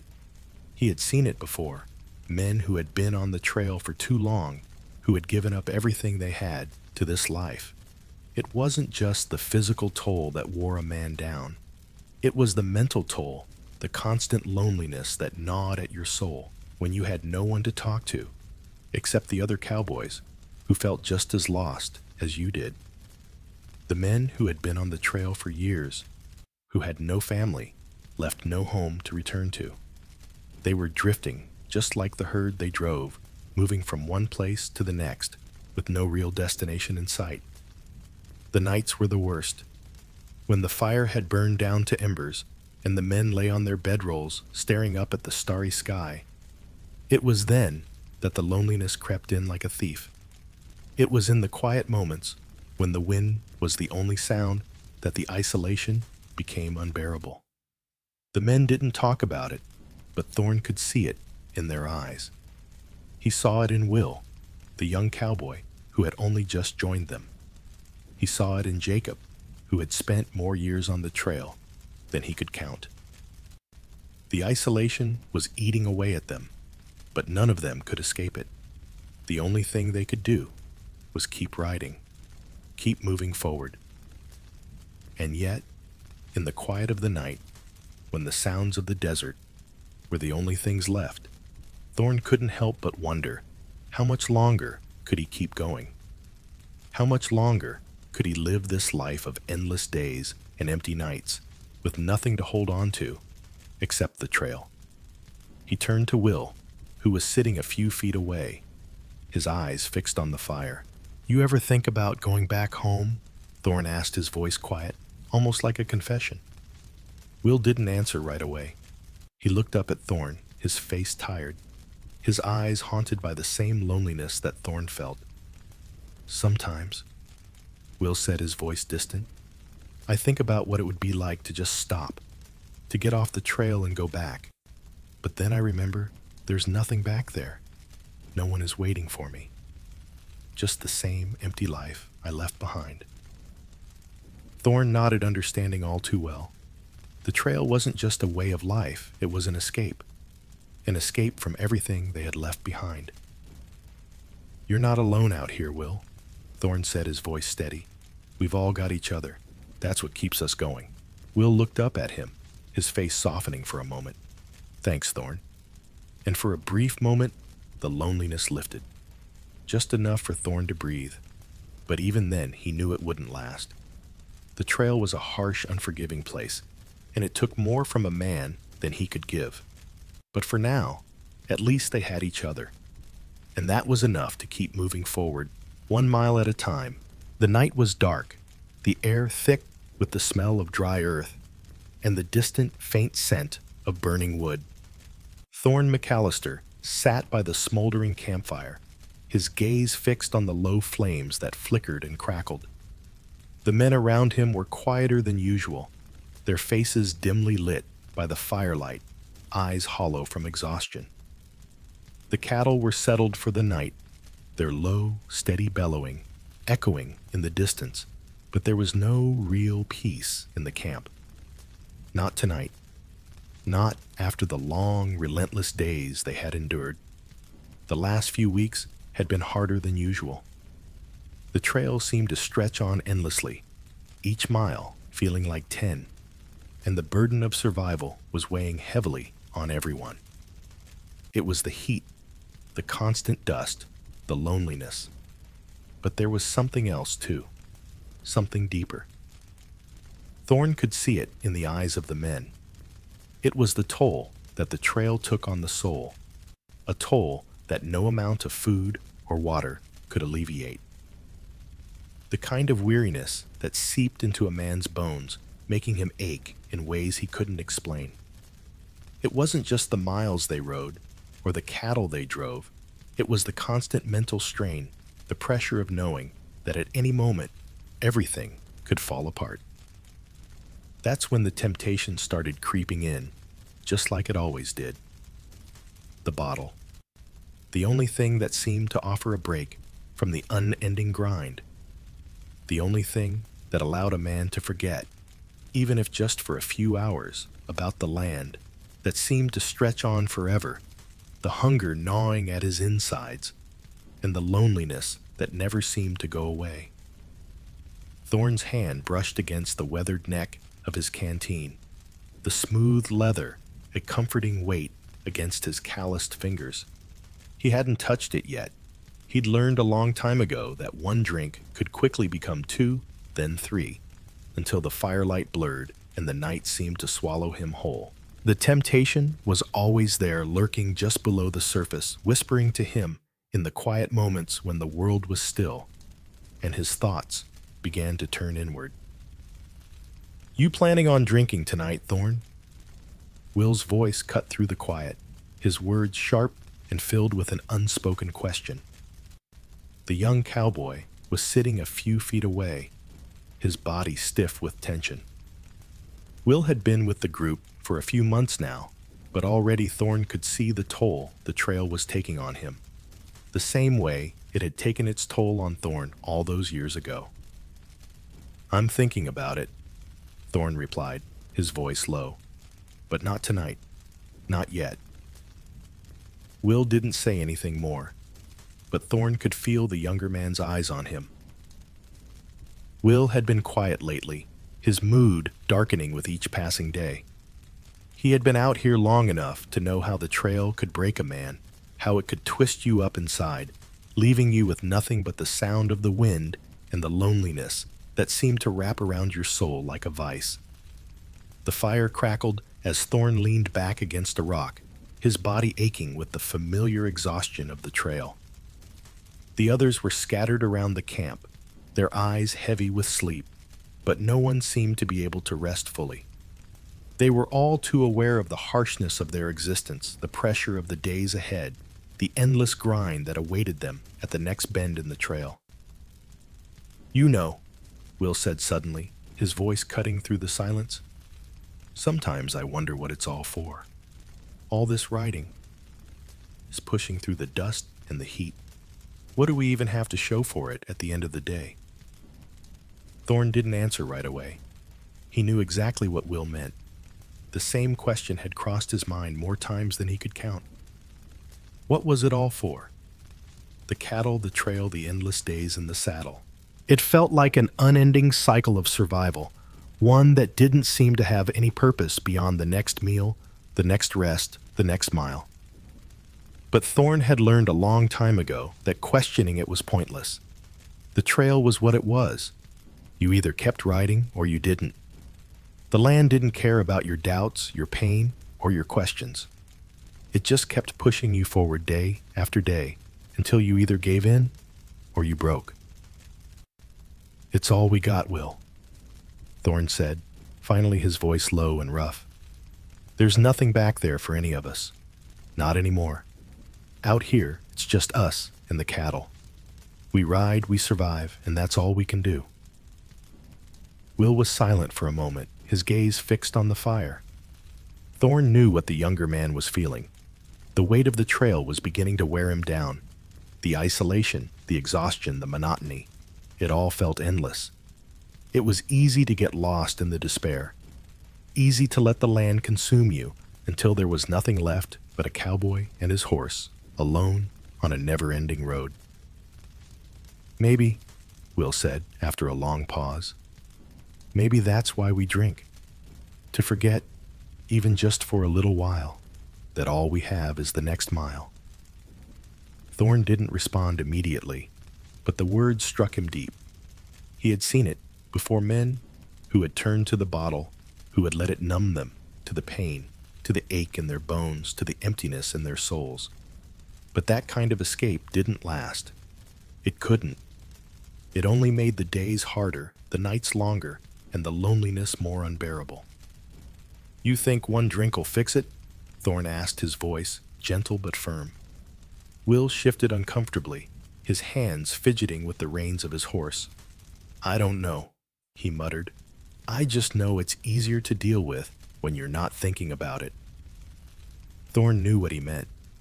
The trail wasn't just a test of physical endurance. It was a test of the mind, a battle between the darkness that settled in your thoughts and the will to keep going. And sometimes the only thing that could quiet the darkness, even if just for a moment, was the burn of whiskey. But Thorn had seen where that path led. He had seen good men, strong men, get lost in it. And it had almost taken him too. But he had learned to fight it, to push through the urge, to drown everything in a bottle, to keep moving forward, even when it felt like there was no point. "I've been there, Will," Thorn said softly, his voice almost a whisper. "I've used the bottle to forget to numb the pain, but it doesn't work. It doesn't change anything. It only makes things worse." Will looked at him, his eyes tired but searching. "Then what do you do? How do you keep going?" Thorn paused, the weight of the question settling heavily on his shoulders. "You keep riding," he said quietly. "You keep your head down, you keep putting one foot in front of the other. You ride until the darkness doesn't feel so heavy anymore. You ride until the pain becomes something you can carry, instead of something that carries you." The camp fell silent again, the only sound, the crackling of the fire, and the distant lowing of the cattle. Will didn't say anything, but Thorn could see the weight of his words sinking in. There was no easy answer, no quick fix. The trail was a hard, brutal life, and it took from you in ways you couldn't always understand.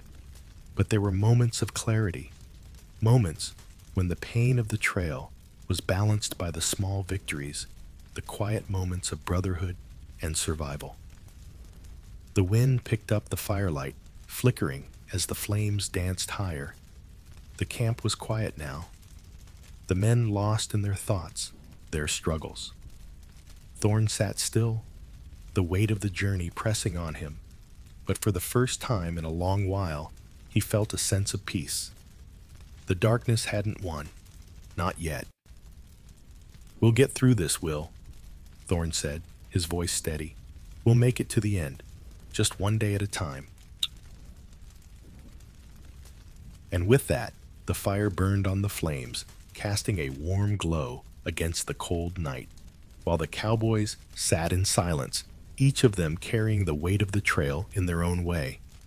But for that moment, at least they had each other. And that was enough to keep them going.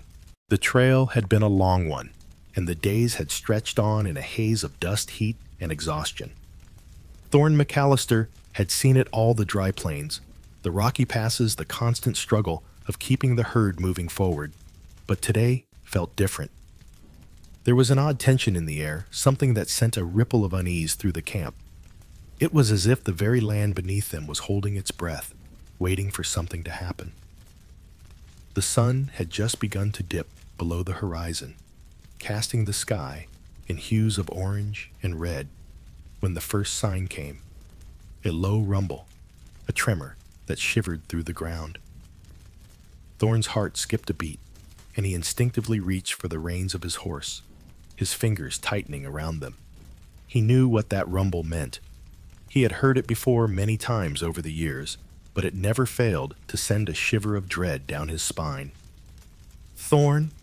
Will's voice cut through the stillness, sharp with panic. "The herd's spooked. They're moving fast." Thorne's stomach tightened, and he cursed under his breath. The herd had been jittery all day, restless from the long ride and the heat. But now it was worse.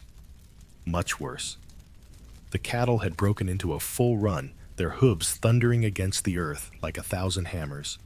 "Stampede!" Thorne shouted, his voice cutting through the chaos. "Get to the front! We need to turn them back!" But it was already too late. The cattle were out of control, their panic spreading like wildfire, and Thorne knew that once a herd broke like this, there was no stopping them. It was a force of nature, a chaotic stampede that could crush anything in its path. And if they didn't stop, soon the entire drive could be ruined. Thorne spurred his horse into action, his heart pounding in his chest as he raced toward the front of the herd.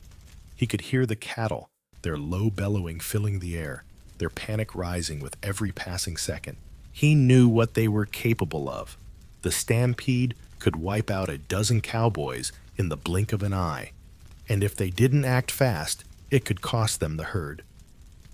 "Will," Thorne called out as he rode past, his voice urgent. "Get to the right flank.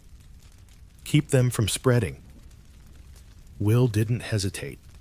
He had seen the same thing in Thorne's eyes, the quick, calculating look that meant they were in for the fight of their lives. The rest of the cowboys followed suit, spreading out and moving quickly, trying to get ahead of the stampede before the cattle scattered too far. But the herd wasn't listening. They were caught in a frenzy, their instincts driving them forward, without thought, without reason. Thorne's heart raced as he rode faster, pushing whiskey to his limits, trying to get ahead of the herd. He could feel the ground vibrating beneath him, the earth alive with the pounding hooves of the cattle. Turn them back," Thorne shouted, his voice hoarse with effort. But the cattle were too far gone. Their panic had reached a fever pitch, and nothing would stop them now. Thorne's mind raced as he tried to think of a way to stop the chaos. There was only one thing they could do now. They had to get in front of them, force the cattle to change direction, and hope that they could herd them back before it was too late. Thorne pushed forward, pulling his horse to a stop at the front of the herd, his eyes scanning the oncoming wave of animals. He could see the dust cloud rising ahead, a thick wall of panic and fear. His stomach dropped as he realized how close they were to being overtaken. "Move!" Thorne shouted to his crew, his voice firm and commanding. "Cut them off, now!" The cowboys did their best to position themselves in front of the herd, but it was a race against time. The cattle were gaining speed, their bodies moving faster than anything he had ever seen. Thorne's heart thudded in his chest as he saw the first wave of hooves crashing toward him. He had to act quickly if they couldn't stop them. If they couldn't redirect the herd, it would be too late. The cattle would stampede over everything in their path, destroying anything that stood in their way. He glanced to his right, where Will was struggling to keep the herd from spreading. The cattle were moving too fast for the cowboys to handle them all. Thorne felt the panic rise in his chest, but he pushed it down. This was no time for fear. This was a fight for survival. "Get ahead of them!" Thorn shouted again, his voice sharp. "Keep them together!" The cowboys surged forward, riding in front of the herd, trying to push them back in the right direction. Thorn rode hard, his eyes fixed on the oncoming cattle. They were too close now, and the air was thick with the sound of pounding hooves. The dust swirled around him, choking his lungs, but there was no time to stop. The cattle were close enough now that Thorn could see the fear in their eyes, the panic driving them forward. Their bodies were moving in unison, and it was a force of nature that couldn't be stopped. But Thorn didn't give up. He urged Whiskey forward, cutting through the dust, trying to get in front of the herd before it was too late. The moment came faster than he expected. A massive cow, the leader of the herd, came barreling toward him, her eyes wide with terror. Thorn's mind raced as he aimed, his heart pounding. He had one chance to stop her, one chance to force the herd to turn around before they reached the cliffs ahead. Thorn pulled hard on the reins, guiding Whiskey into the path of the oncoming cow. The massive animal was barreling down on him, her hooves thundering in the air. Thorn drew his rifle, his aim steady as he squeezed the trigger. The shot rang out and the cow stumbled, her legs giving way as she fell to the ground. The herd slowed, the momentum disrupted for just a moment. That moment was all Thorn needed. He spurred Whiskey forward, his voice a harsh command as he shouted at the men to follow. "Push them back, move!" The cowboys moved as one, guiding the herd to the left, pushing them away from the cliffs, away from the deadly drop ahead.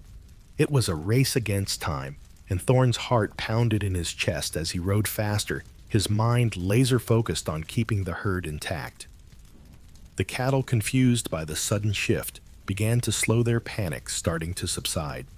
Thorn's breath came in ragged gasps as he worked to herd them back, urging the animals to turn. It wasn't easy. The cattle were still nervous, still jittery, but they were beginning to fall back into line. One by one, the cows turned, following Thorn's lead, moving away from the danger. The dust began to settle, and the pounding hooves grew quieter. Thorn's body was trembling with exhaustion, but there was no time to rest. He kept his eyes on the herd, guiding them back into position, making sure no animals had strayed too far. When the last of the cattle had been herded back into place, Thorn finally allowed himself to breathe. He pulled Whiskey to a stop, his body aching from the ride, his mind racing. He could hear the other cowboys coming up behind him, their voices filled with relief. "That was too close," Will said, riding up beside him, his face pale but relieved. "I thought we were done for." Thorn nodded, his chest tight with the weight of the moment. "We're not out of the woods yet. Stay sharp." The herd was still on edge, and the threat of another stampede was never far away. But for now, they had survived. They had stopped the chaos before it could destroy everything they had worked for. And that was all that mattered. As the sun sank lower in the sky, casting a golden light over the herd, Thorn allowed himself a moment of respite. The stampede had been a close call, but they had made it through. They had fought the land, the cattle, and their own fear, and they had won. But Thorn knew that this was just another chapter in the unending struggle. There would be more dangers ahead, more challenges to face, more obstacles to overcome. But for now, the herd was safe, and that was enough to keep him riding day after day across the endless, unforgiving trail. The day had started like any other, the sun rising over the horizon, casting its golden glow across the vast expanse of land. Thorn McAllister had been up before the first light, as always, guiding the herd along the dry, dusty trail. The wind was a familiar companion, carrying with it the scent of sagebrush and distant storms. There was no reprieve from the heat, just the relentless burning sun that seemed to scorch the earth beneath their feet. It had been a long few days. The cattle were sluggish, their movement slow, weighed down by the oppressive heat that clung to everything. The cowboys were just as weary, their faces drawn from the constant exposure to the sun, their bodies aching from the long days on horseback. But there was no time for rest. The herd had to keep moving, the trail stretching ahead of them like an unbroken line into the horizon. Thorn knew the land, the trail, and the dangers that came with it, but even he couldn't have anticipated the ferocity of the storm that was brewing on the horizon. "We need to find shelter," Will called out to Thorn, his voice filled with a note of concern. He was riding beside him, his brow furrowed, as he scanned the sky, watching as the clouds began to darken, swirling and gathering above them. It was a warning sign, one that all cowboys learned to heed over the years. The weather in the Wild West was unpredictable, and when it changed, it could change fast. Thorn glanced up at the sky, his instincts kicking in. The once clear blue sky was now overcast with dark rolling clouds. The wind had picked up a sharp biting gust, cutting through the air, making the dry earth stir up in swirling clouds of dust. "Storm's coming," Thorn said, his voice steady but tinged with a hint of urgency. "We need to get to higher ground. Keep the herd moving. Don't stop." The cowboys rallied quickly, pushing the cattle toward the small rise in the terrain that would offer some protection from the storm. The herd moved sluggishly, their nerves already frayed from the heat, their bodies weak from the long journey. Thorn could feel the tension building, the weight of the coming storm pressing in on him. They didn't have much time. A storm in the Wild West could be a deadly thing, and the last thing they needed was for the herd to panic. As they reached the rise, the storm hit with a force that took them all by surprise. The wind whipped through the camp, the temperature dropping sharply in the span of minutes. The sky seemed to tear open as a wall of rain poured down, drenching everything in its path.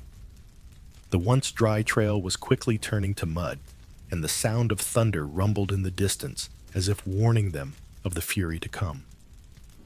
Thorn pulled his hat down low, his face turning into the wind as he urged his horse forward, his thoughts racing. "Keep the cattle together," he shouted, his voice barely audible over the howling wind. "We can't let them scatter, not now." Will, riding close behind him, nodded grimly, his own face drawn tight with concern. "What do we do if the cattle panic, Thorn? We can't control them in this." Thorn didn't have an answer. In situations like this, the herd had a mind of its own, and once it broke into a full panic, there was little they could do to stop it. The storm was pushing them into dangerous territory, and the herd was beginning to feel it. The sound of hooves scraping the earth in a desperate escape bid filled the air, and Thorn's heart skipped a beat. "Ride hard," Thorn yelled. "We need to hold them together, or we'll lose the whole damn herd." The wind howled louder, whipping the cattle into an even greater frenzy. Thorn's eyes darted around, trying to keep track of every movement, every shift in the herd. They were already on the move, but the storm was driving them faster. The cattle were scattering, each animal driven by fear, their bodies moving in random directions. Suddenly, a young steer bolted its body, darting away from the rest of the herd, pushing toward the edge of the rise. Thorn's heart raced as he kicked his horse into action, riding hard to cut the steer off before it reached the cliffside. "Come on, Whiskey," Thorn urged, his voice tight with urgency. His horse responded, its hooves thundering on the wet earth as they charged after the steer. Thorn could hear the animal's frantic breathing, its fear feeding the panic that was driving it further away from the herd. The wind pushed harder now, the rain stinging his skin as it lashed against him. The world around him was a blur of movement and noise, the storm, the wind, the cattle, all threatening to overwhelm him. He closed the distance between him and the steer, his hands steady on the reins as he guided Whiskey forward.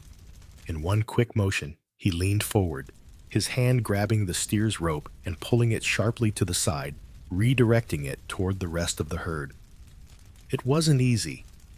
The storm was relentless, and the cattle were disoriented, confused by the violent shift in the weather. But Thorn couldn't stop. He couldn't afford to. The cattle were their livelihood, and without them, the drive would be a failure. "Gotcha!" Thorn shouted as he pulled the steer back, forcing it back into line with the others. But the relief was short-lived. The storm was worsening the wind, now carrying a bone-chilling cold that seeped into his bones. "Thorn," Will's voice came again, urgent this time. "We've got problems. Some of them are slipping down the hill. We need to get them back in line before it's too late." Thorn turned his eyes, scanning the herd, his heart racing. He could see the panic setting in. The cattle were moving fast, and the storm was making it impossible to keep up with them. There were too many of them, and the rain was making the trail slippery and treacherous. "We've got no time," Thorn shouted, his voice rising above the storm. "We have to ride in front of them. Keep them from breaking away. Go." Will didn't hesitate. He spurred his horse forward, racing alongside Thorn as they fought to keep the herd from scattering. The wind and rain were fierce, stinging their faces and making it nearly impossible to see. But Thorn kept his focus, his eyes fixed on the cattle ahead.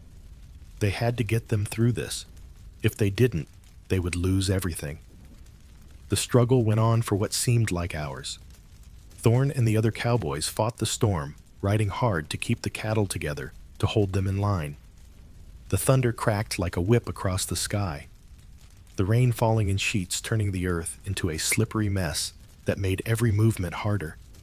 The cattle were struggling to stay upright, their hooves slipping and sliding in the mud.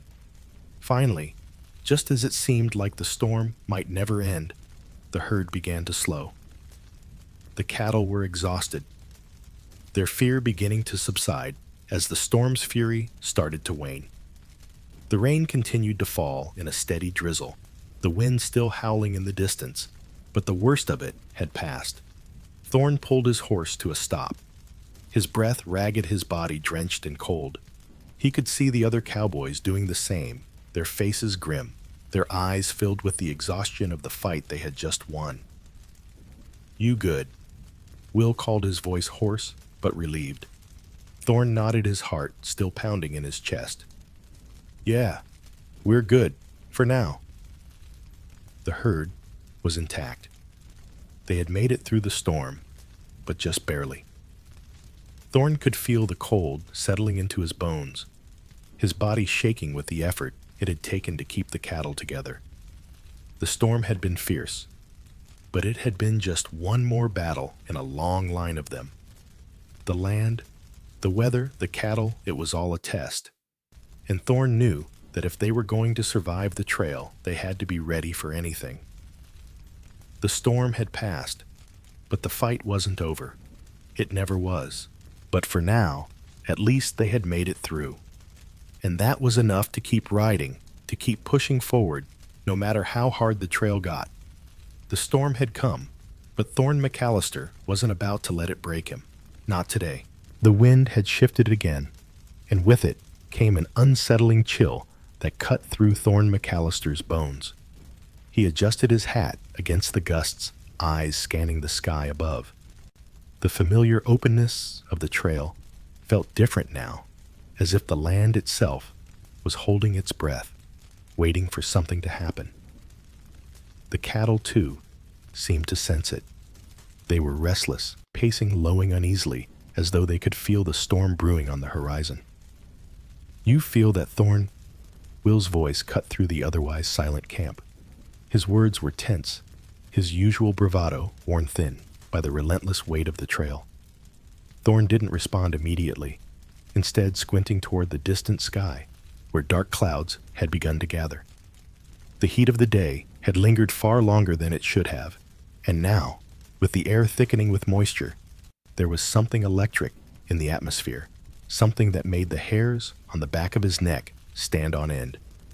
He had been through enough storms on the trail to know what was coming, and he wasn't sure they'd be able to outrun this one. "Yeah," Thorn muttered, a tightness creeping into his chest. "I feel it. Looks like a bad one coming." Will followed his gaze, squinting against the setting sun, as the sky darkened even more, a bruise of purples and grays stretching across the horizon. Should we push forward? Try to make it to the river before it hits? Thorn considered it for a moment, then shook his head. Not tonight. We've been riding too long. We need to find shelter before that storm breaks. The cowboys moved quickly, pulling their horses and cattle toward a small rise in the land that might offer some shelter from the coming storm. The ground was already turning to a slick, sticky mess beneath their horses' hooves as the air grew heavier with moisture. But they couldn't outrun nature, not this time. Then it hit. It came in a rush, a sudden blast of wind that whipped through the camp, and the first crack of thunder shattered the stillness of the evening. The cattle bellowed in panic, their hooves pounding against the earth as the storm erupted into a full-blown fury. "Move fast!" Thorn shouted, his voice barely audible over the howling wind. The sky was darkening by the second, the clouds swirling above them like a storm about to burst. The first raindrops began to fall, sharp stinging drops that felt like needles against Thorn's skin. As if on cue, the heavens cracked open and the rain poured down in sheets. Thorn and the other cowboys scrambled to cover themselves, pulling their hats low and urging their horses into the small patch of land they had been trying to reach. But it was too late. The storm was upon them.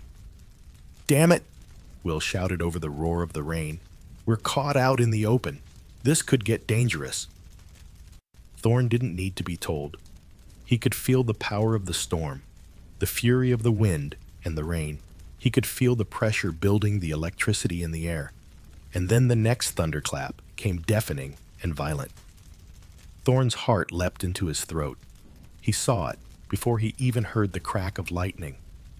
A brilliant flash of white-hot light illuminated the sky, streaking downward with terrifying speed. Thorn's heart skipped, and for a moment the world seemed to freeze. Then the ground shook with the deafening sound of the strike, and the hair on his arms stood up straight. "Get down!" Thorn shouted to the others, pulling his horse closer to the shelter of the rise.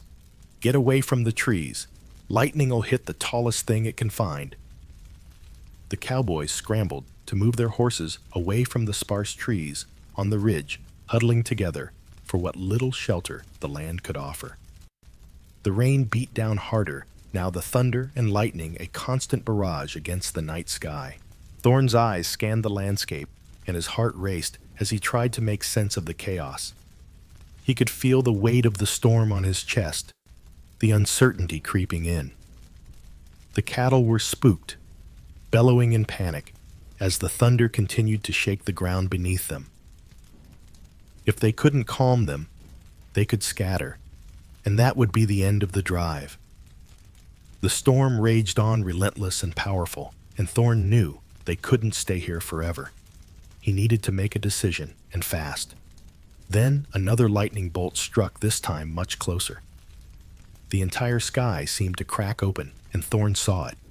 A bright flash just over the ridge. A flash so close it felt as though it had struck the earth itself. He heard the crackling, the sizzle of the air, and then the roar of the wind as it whipped around them. His heart pounded in his chest, but he knew what he had to do. "We've got to move now," Thorn shouted, spurring his horse into motion, pulling the cattle with him. "We've got to get to higher ground." The men scrambled to follow their horses, moving quickly, but the storm was relentless. It was like fighting nature itself. Thorn's eyes darted to the river in the distance where they had planned to cross. The water had been rising steadily over the last few days, but now, with the rain pouring down in torrents, it was swelling faster than he could have predicted. It wouldn't be long before it was too dangerous to cross. "We need to make it across before the flood hits," Thorn muttered under his breath, urging his horse faster. But just as the cattle were moving toward the river's edge, a sound reached Thorn's ears. A low rumbling noise, almost like the earth itself was groaning beneath the weight of the storm. His heart froze in his chest as the realization hit him. The river. The river had begun to swell too quickly. "Get back!" Thorn shouted, panic seeping into his voice for the first time. "The flood's coming. Pull them back." It was too late. The water surged forward in a flash, the river's current roaring as it broke its banks, sweeping over the land like a giant wave. The cattle were already in it, the first few animals splashing helplessly as the water surged around them. Thorn's heart raced as he watched the chaos unfold. There was no stopping it now. The river had come alive with fury, and they were trapped. "Pull the herd back!" Thorn shouted, his voice hoarse. "Get them away from the water!" But the storm, the flood, and the panic from the cattle had thrown everything into chaos. The men were struggling, their voices lost in the thunder, their movements slow and clumsy as they tried to round up the herd. The cattle were panicking, their hooves slipping in the mud, their bodies tumbling toward the swift current. Thorn spurred his horse into the water, his heart pounding. He had to stop this. He had to save the herd. The flood was coming faster than he had anticipated, and the water was rising by the second. He could see the first few cattle being swept away, their bodies tumbling in the current, and his stomach churned. The flood was powerful. It was wild. It was too much. "Thorn!" Will shouted from the other side, his voice barely audible over the roar of the river. "We need to pull them back before the water takes them all." Thorn's mind raced. He couldn't let them lose the herd. They had come this far, fought this hard. He couldn't let the weather, the wild, untamable force of nature, take it all away. "Hold them! Push them to the far bank!" Thorn commanded, his voice sharp with authority. But it was chaos. The cattle were scattered now, some pushing against the current, others being swept further downstream. Thorn fought the panic rising in his chest, his hands steady on the reins as he maneuvered Whiskey through the rising floodwaters. Every muscle in his body screamed in protest, but he couldn't stop. Not now. It was a race against time, against nature, and against the flood that was threatening to swallow them all. Finally, after what felt like hours, they managed to push the herd to higher ground away from the rising water. Thorn's body was drenched, his clothes sticking to his skin, his breath ragged from the effort. The storm was still raging overhead, the thunder cracking, the rain pouring down. But for now, they had survived. The cattle had made it to higher ground, and they were safe.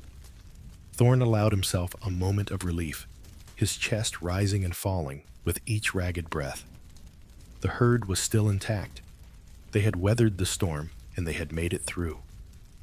But he knew it wasn't over. The storm might have passed, but the trail was still long. And if there was one thing Thorn had learned on this journey, it was that the Wild West never stopped testing you.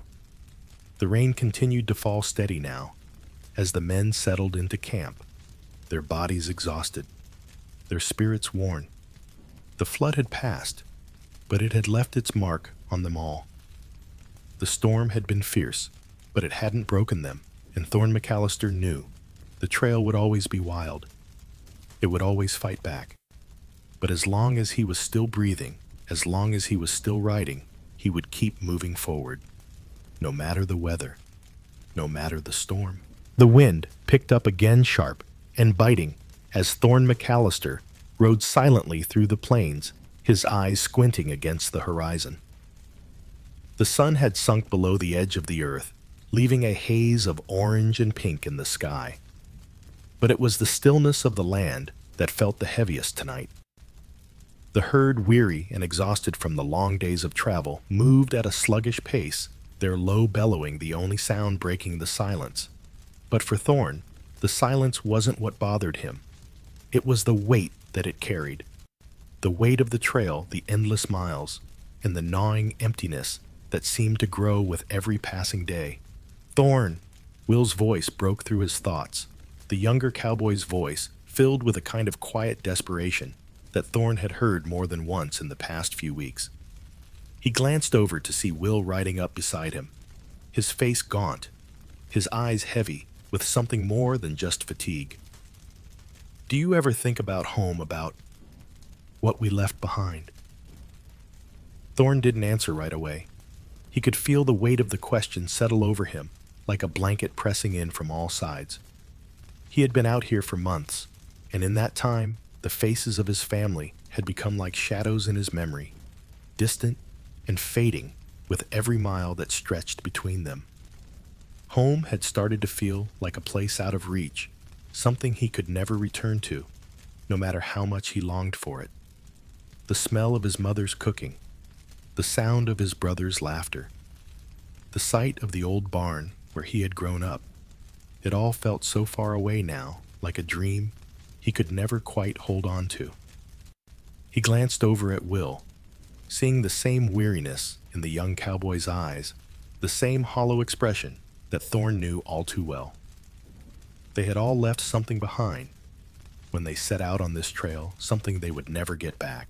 The loneliness of this trail had a way of chipping away at a man, stripping him of the things he once cared about, until all that was left was the ride, the cattle, and the endless road ahead. "I think about it all the time," Thorn said finally, his voice rough with the weight of it. "Home, family. It gets harder the longer we're out here. Feels like it was a lifetime ago." Will's gaze dropped to the ground, his hand resting on the reins, but there was no comfort in his words when he spoke again. "Sometimes, I don't even know what I'm doing out here anymore. Feels like the days are just one after the other, like we're just surviving. There's no end to it, no real reason. Just cattle, just miles, just more of the same." Thorn could see the pain in Will's eyes, the same pain he had felt when he had first left home, when the trail had felt like it would never end. The constant isolation, the endless days on horseback, the silence of the night that was filled with nothing but the sound of his own thoughts. The emotional burden of it was like a weight that no one could understand, unless they had been out here in the dust and the wind fighting against the land and the loneliness. "It's the way it is," Thorn said quietly, trying to offer some semblance of comfort. "We don't have the luxury of thinking too much about it. Out here, it's all about survival. You keep riding, keep moving, keep your mind focused on the next mile, the next step. Because if you stop, if you start thinking about what you left behind, you'll break."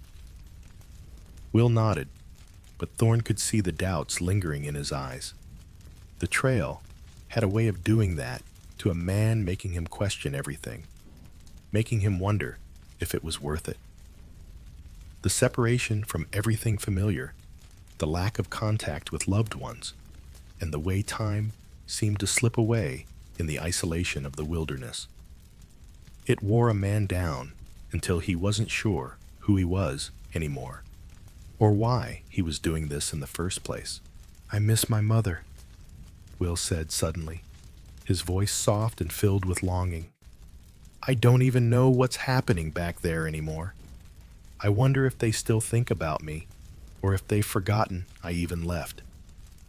Thorn could feel the weight of Will's words settle on him, a familiar ache creeping up his chest. He had felt that same longing, the same desire to return home, to feel the warmth of familiar voices and the comfort of a place that was his own. But the trail had a way of making everything feel distant, like a dream that was slowly fading away. The further they rode, the harder it was to remember what it felt like to be home, to be part of something that wasn't just the endless ride. "She thinks about you," Thorn said, after a long pause, his voice steady but filled with the truth he knew. "They all do, but they know why you're out here. You're doing this for them, for the future. It's the life we've chosen, Will. We don't get to go home until it's done." Will didn't reply right away. The two of them rode in silence, the only sound the steady rhythm of hooves on the dusty trail. The night had begun to settle in the sky, darkening above them, and Thorn could feel the weight of the miles pressing on his shoulders. The emotional toll of the trail was a constant companion, and even now, As the stars began to twinkle overhead, it felt like the land was closing in on them, making the journey feel longer, harder. But there was no choice. The cattle had to be driven to market. The drive had to be completed. There was no stopping, no turning back. For Thorn and the others, the trail was everything. It was the only thing that mattered, the only thing that kept them moving forward. They rode through the night, the sounds of the cattle, their only company, the crackle of the fire at their backs. But even as they rode, Thorn could feel the isolation creeping in again, the silence pressing against him, the loneliness, a constant gnawing ache in his chest. The emotional burden of it all was wearing him down piece by piece. The trail had taken so much from him already. His family, his home, his sense of who he was. But there was no room for weakness, no time for doubt. The cattle were moving.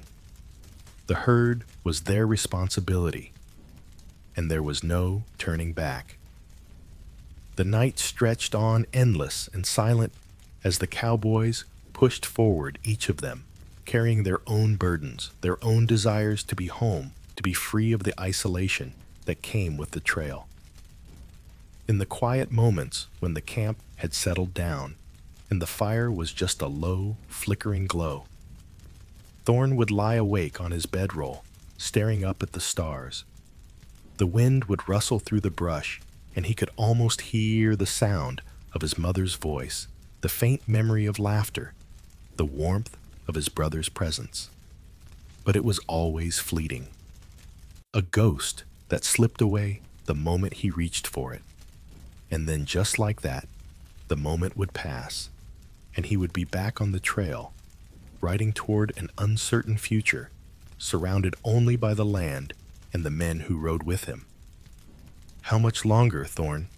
Will asked one night, his voice low, his face lit by the firelight.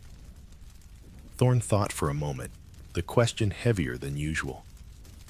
"Not much longer," he said finally, though he wasn't sure if he meant it. "We'll make it through. We always do." Will nodded, but Thorn could see the doubt lingering in his eyes, the emotional toll of the trail, the separation from family, the isolation it was beginning to show in the young cowboy. Thorn had seen it before, the way the trail wore a man down piece by piece until all that was left was the endless ride and the longing for something that could never be fully reached. But for now, they kept riding, because there was no other choice. And somewhere deep inside, Thorn knew that it was that very ride, the endless journey, the quiet ache of homesickness, and the weight of the miles that kept them moving forward. It was the cowboy way, and it always would be. The dust had settled the sun, dipping low in the sky, casting long shadows across the small town that sat at the end of the trail. Thorn McAllister pulled his hat low against the wind, the last of the herd shuffling through the gate of the market. The men behind him were weary, their faces etched with the wear of months spent on the trail. Their eyes distant, lost in the knowledge that the journey was over. They had made it, but the reality of it was something none of them had quite prepared for. For months, the trail had been everything, the only focus, the singular goal that kept them moving forward. The heat, the storms, the exhaustion, the loneliness. It all had been part of the ride, part of the life they had chosen.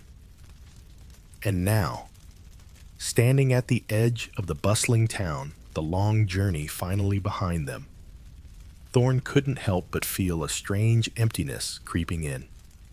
The sound of the horses' hooves on the cobblestones was oddly comforting, a rhythmic echo in the air that reminded him of the days when they had been alone on the wide open trail, with nothing but the sky and the land as companions. Now, here in this town, there were people everywhere. The shops lined the street, the buildings stood tall, with their wooden frames and tin roofs, and the smell of fresh bread and food filled the air. It was all so different, so foreign. "Well, we made it," Will said, his voice soft but filled with something unspoken, a mix of relief and disbelief. He looked around at the town, his eyes wide with wonder. "Never thought I'd see the day." Thorne nodded, his gaze fixed ahead as the final cowboys filed into the town's makeshift corral, the cattle finally at rest. The journey was over, the herd sold. The market was bustling, filled with buyers and sellers, haggling over prices, discussing deals that had been months in the making. There was a sense of finality to it, but also something more, something that tugged at Thorne's chest, a realization that he wasn't sure what to do next. "We did good, Thorne," Will said, his voice barely above a whisper. "This is what we've been working for." Thorne's mind wandered back to the trail, to the dust and the storms, to the nights spent around the fire, when the only sound was the wind and the occasional crackle of burning wood. It had been a lifetime ago, yet it felt so close. Now, here they were, surrounded by the hustle and bustle of a real town, and it was hard to shake the feeling that something was missing. "Yeah, we did good," Thorne said quietly. "But this is something else." The other cowboys were already dismounting, stretching their tired legs, their faces breaking into weary smiles. They had done it. The long, hard journey was over. They had made it to the end of the trail. But there was no time for celebration, not just yet. Not with the weight of the last few months still hanging heavy in the air. Will glanced over at Thorne, a hesitant look in his eyes. "You ever think about going back home to your family, I mean?" Thorne didn't answer at first. The thought of home had been a distant dream, one that had faded with every mile on the trail. But now, standing in the heart of civilization, surrounded by the comforts of town, he couldn't help but wonder. "I don't know," Thorne said, his voice distant. "It's been so long, Will. It feels like a lifetime ago. I've been out here so long I don't even know what it would be like to settle down, to live in one place." Will nodded, understanding. "Yeah, it's funny. You think about home when you're out on the trail, but when you finally get here, it doesn't feel the same." Thorne couldn't put his finger on it, but there was a sense of disconnection that he couldn't shake. The hustle of the town, the noise of the market, the people rushing to and fro. It felt like another world entirely. The trail had been harsh, unforgiving, and relentless, but it had also been familiar. The isolation, the wide open spaces, the rhythm of the ride, it had been a constant. And now, here surrounded by buildings and people, Thorne felt a kind of disorientation, a sense of not belonging. The cowboys began to gather their things, some of them already heading to the saloon for a drink, their voices filled with relief and excitement. But Thorne remained on his horse, his gaze distant, lost in thought. "We're here, Thorne," Will said, his voice softer now. "This is it, what we've been waiting for." Thorne glanced over at him, a faint smile pulling at the corner of his lips. "Yeah, it is, but I don't think I'm ready for it yet." They dismounted together, walking toward the small building where the cattle were being sold. The town was everything they had been riding toward, everything they had been working for. And yet, as they stood there, Thorne felt a strange hesitation. What now? What did they do once the cattle were sold and the trail was over? "You think we should stick around for a while?" Will asked, his voice uncertain. "Maybe get some rest, catch our breath before heading back." Thorne looked around at the town, the noise, the activity, the people rushing to and fro. It was a world that seemed to belong to someone else, to people who had never known the hardships of the trail, who had never spent days under the scorching sun or braved the dangers of the Wild West. "I don't know," Thorne said quietly. "Part of me wants to just keep moving, keep riding. But I don't know if that's the right thing anymore." The sounds of the town swirled around them, the noise rising and falling like the ebb and flow of the tide. It was hard to reconcile the quiet of the trail with the buzz of the town, the constant movement of people and horses, the smells of food and the chatter in every corner. It was everything they had been riding toward, but it didn't feel like home. As they made their way toward the pen, Thorn thought about the family he had left behind, the life he had once known, his mother, his younger sister, and the ranch that had once been his world. But that life felt so far away now, buried beneath the dust and the miles, and he wasn't sure if he could ever return to it. Maybe it's time for something new. Thorn muttered more to himself than to Will. Maybe it's time to figure out what comes after the trail. Will's eyes softened, and for the first time in days, Thorn saw a flicker of something other than weariness in the younger cowboy's face. "Yeah," Will said, his voice quieter now. "Maybe we can get ourselves a place, a real place, a town like this." Thorn chuckled softly, his eyes fixed on the bustling street ahead. "I don't know, Will. I've been riding for so long I can't even imagine what that would be like." But the thought was there lingering in the back of his mind. Could he settle down? Could any of them? After the trail, after the endless dust and danger, could they really return to a life of routine and stability? The cattle were being sold now. The exchange quick and efficient, the buyers haggling over the price as the men stood off to the side watching their hard work come to an end. The weight of the journey lifted off Thorn's shoulders, but in its place there was a growing sense of uncertainty.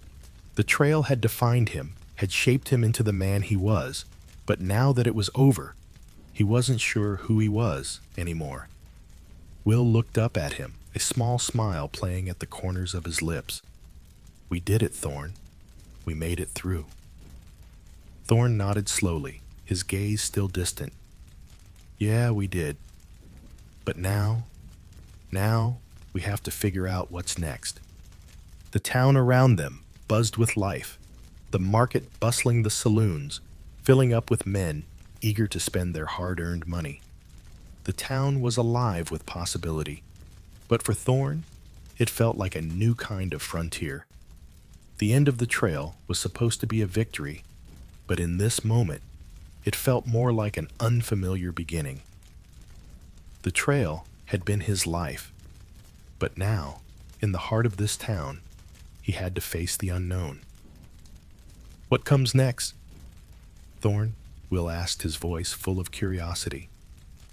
Thorn looked out over the busy town, the noise of the market rising around them, and for a moment, he felt a sense of unease. But then, with a slow exhale, he smiled. "Something new," he said, his voice steady, but filled with the quiet realization that the trail had shaped him for this moment. "We make our own way from here," and with that, Thorn McAllister walked into the heart of the town, ready to face whatever came next. As Thorn McAllister sat on the porch of the small cabin he had finally called home, his eyes lingered on the vast stretch of land beyond the town. The Wild West, with all its dangers, beauty, and brutal hardships, felt both distant and ever-present in his mind. His journey had been long, a ride that had taken him across unforgiving terrain, through scorching heat, punishing storms, and the constant battle for survival. The road had been hard, but in the end it had led him here to a place of rest, a place where he could finally catch his breath. But the reflection came with a heavy heart. Thorn thought of the men he had ridden with, the cowboys, who had shared the burdens of the trail with him. They had laughed together, fought together, and borne the weight of the Wild West's unforgiving landscape as a brotherhood. Yet, as the days stretched into weeks, the harsh reality of their lifestyle began to take its toll. They had seen death faced near starvation, fought off wild animals, and weathered the emotional isolation of life on the trail. Every mile they traveled had cost them something: their strength, their spirit, and in some cases, their hope. The camaraderie among the men had been both their greatest strength and their quiet tragedy. There was no room for weakness on the trail. If one man faltered, the others had to pick up the slack. It had forged a bond that was unspoken yet unbreakable, a brotherhood bound by survival. But that very bond had kept them from confronting the true cost of their way of life. They had learned to survive to endure, but in doing so they had sacrificed pieces of themselves. In the quiet moments, Thorn often wondered what it had all meant. Was it worth it?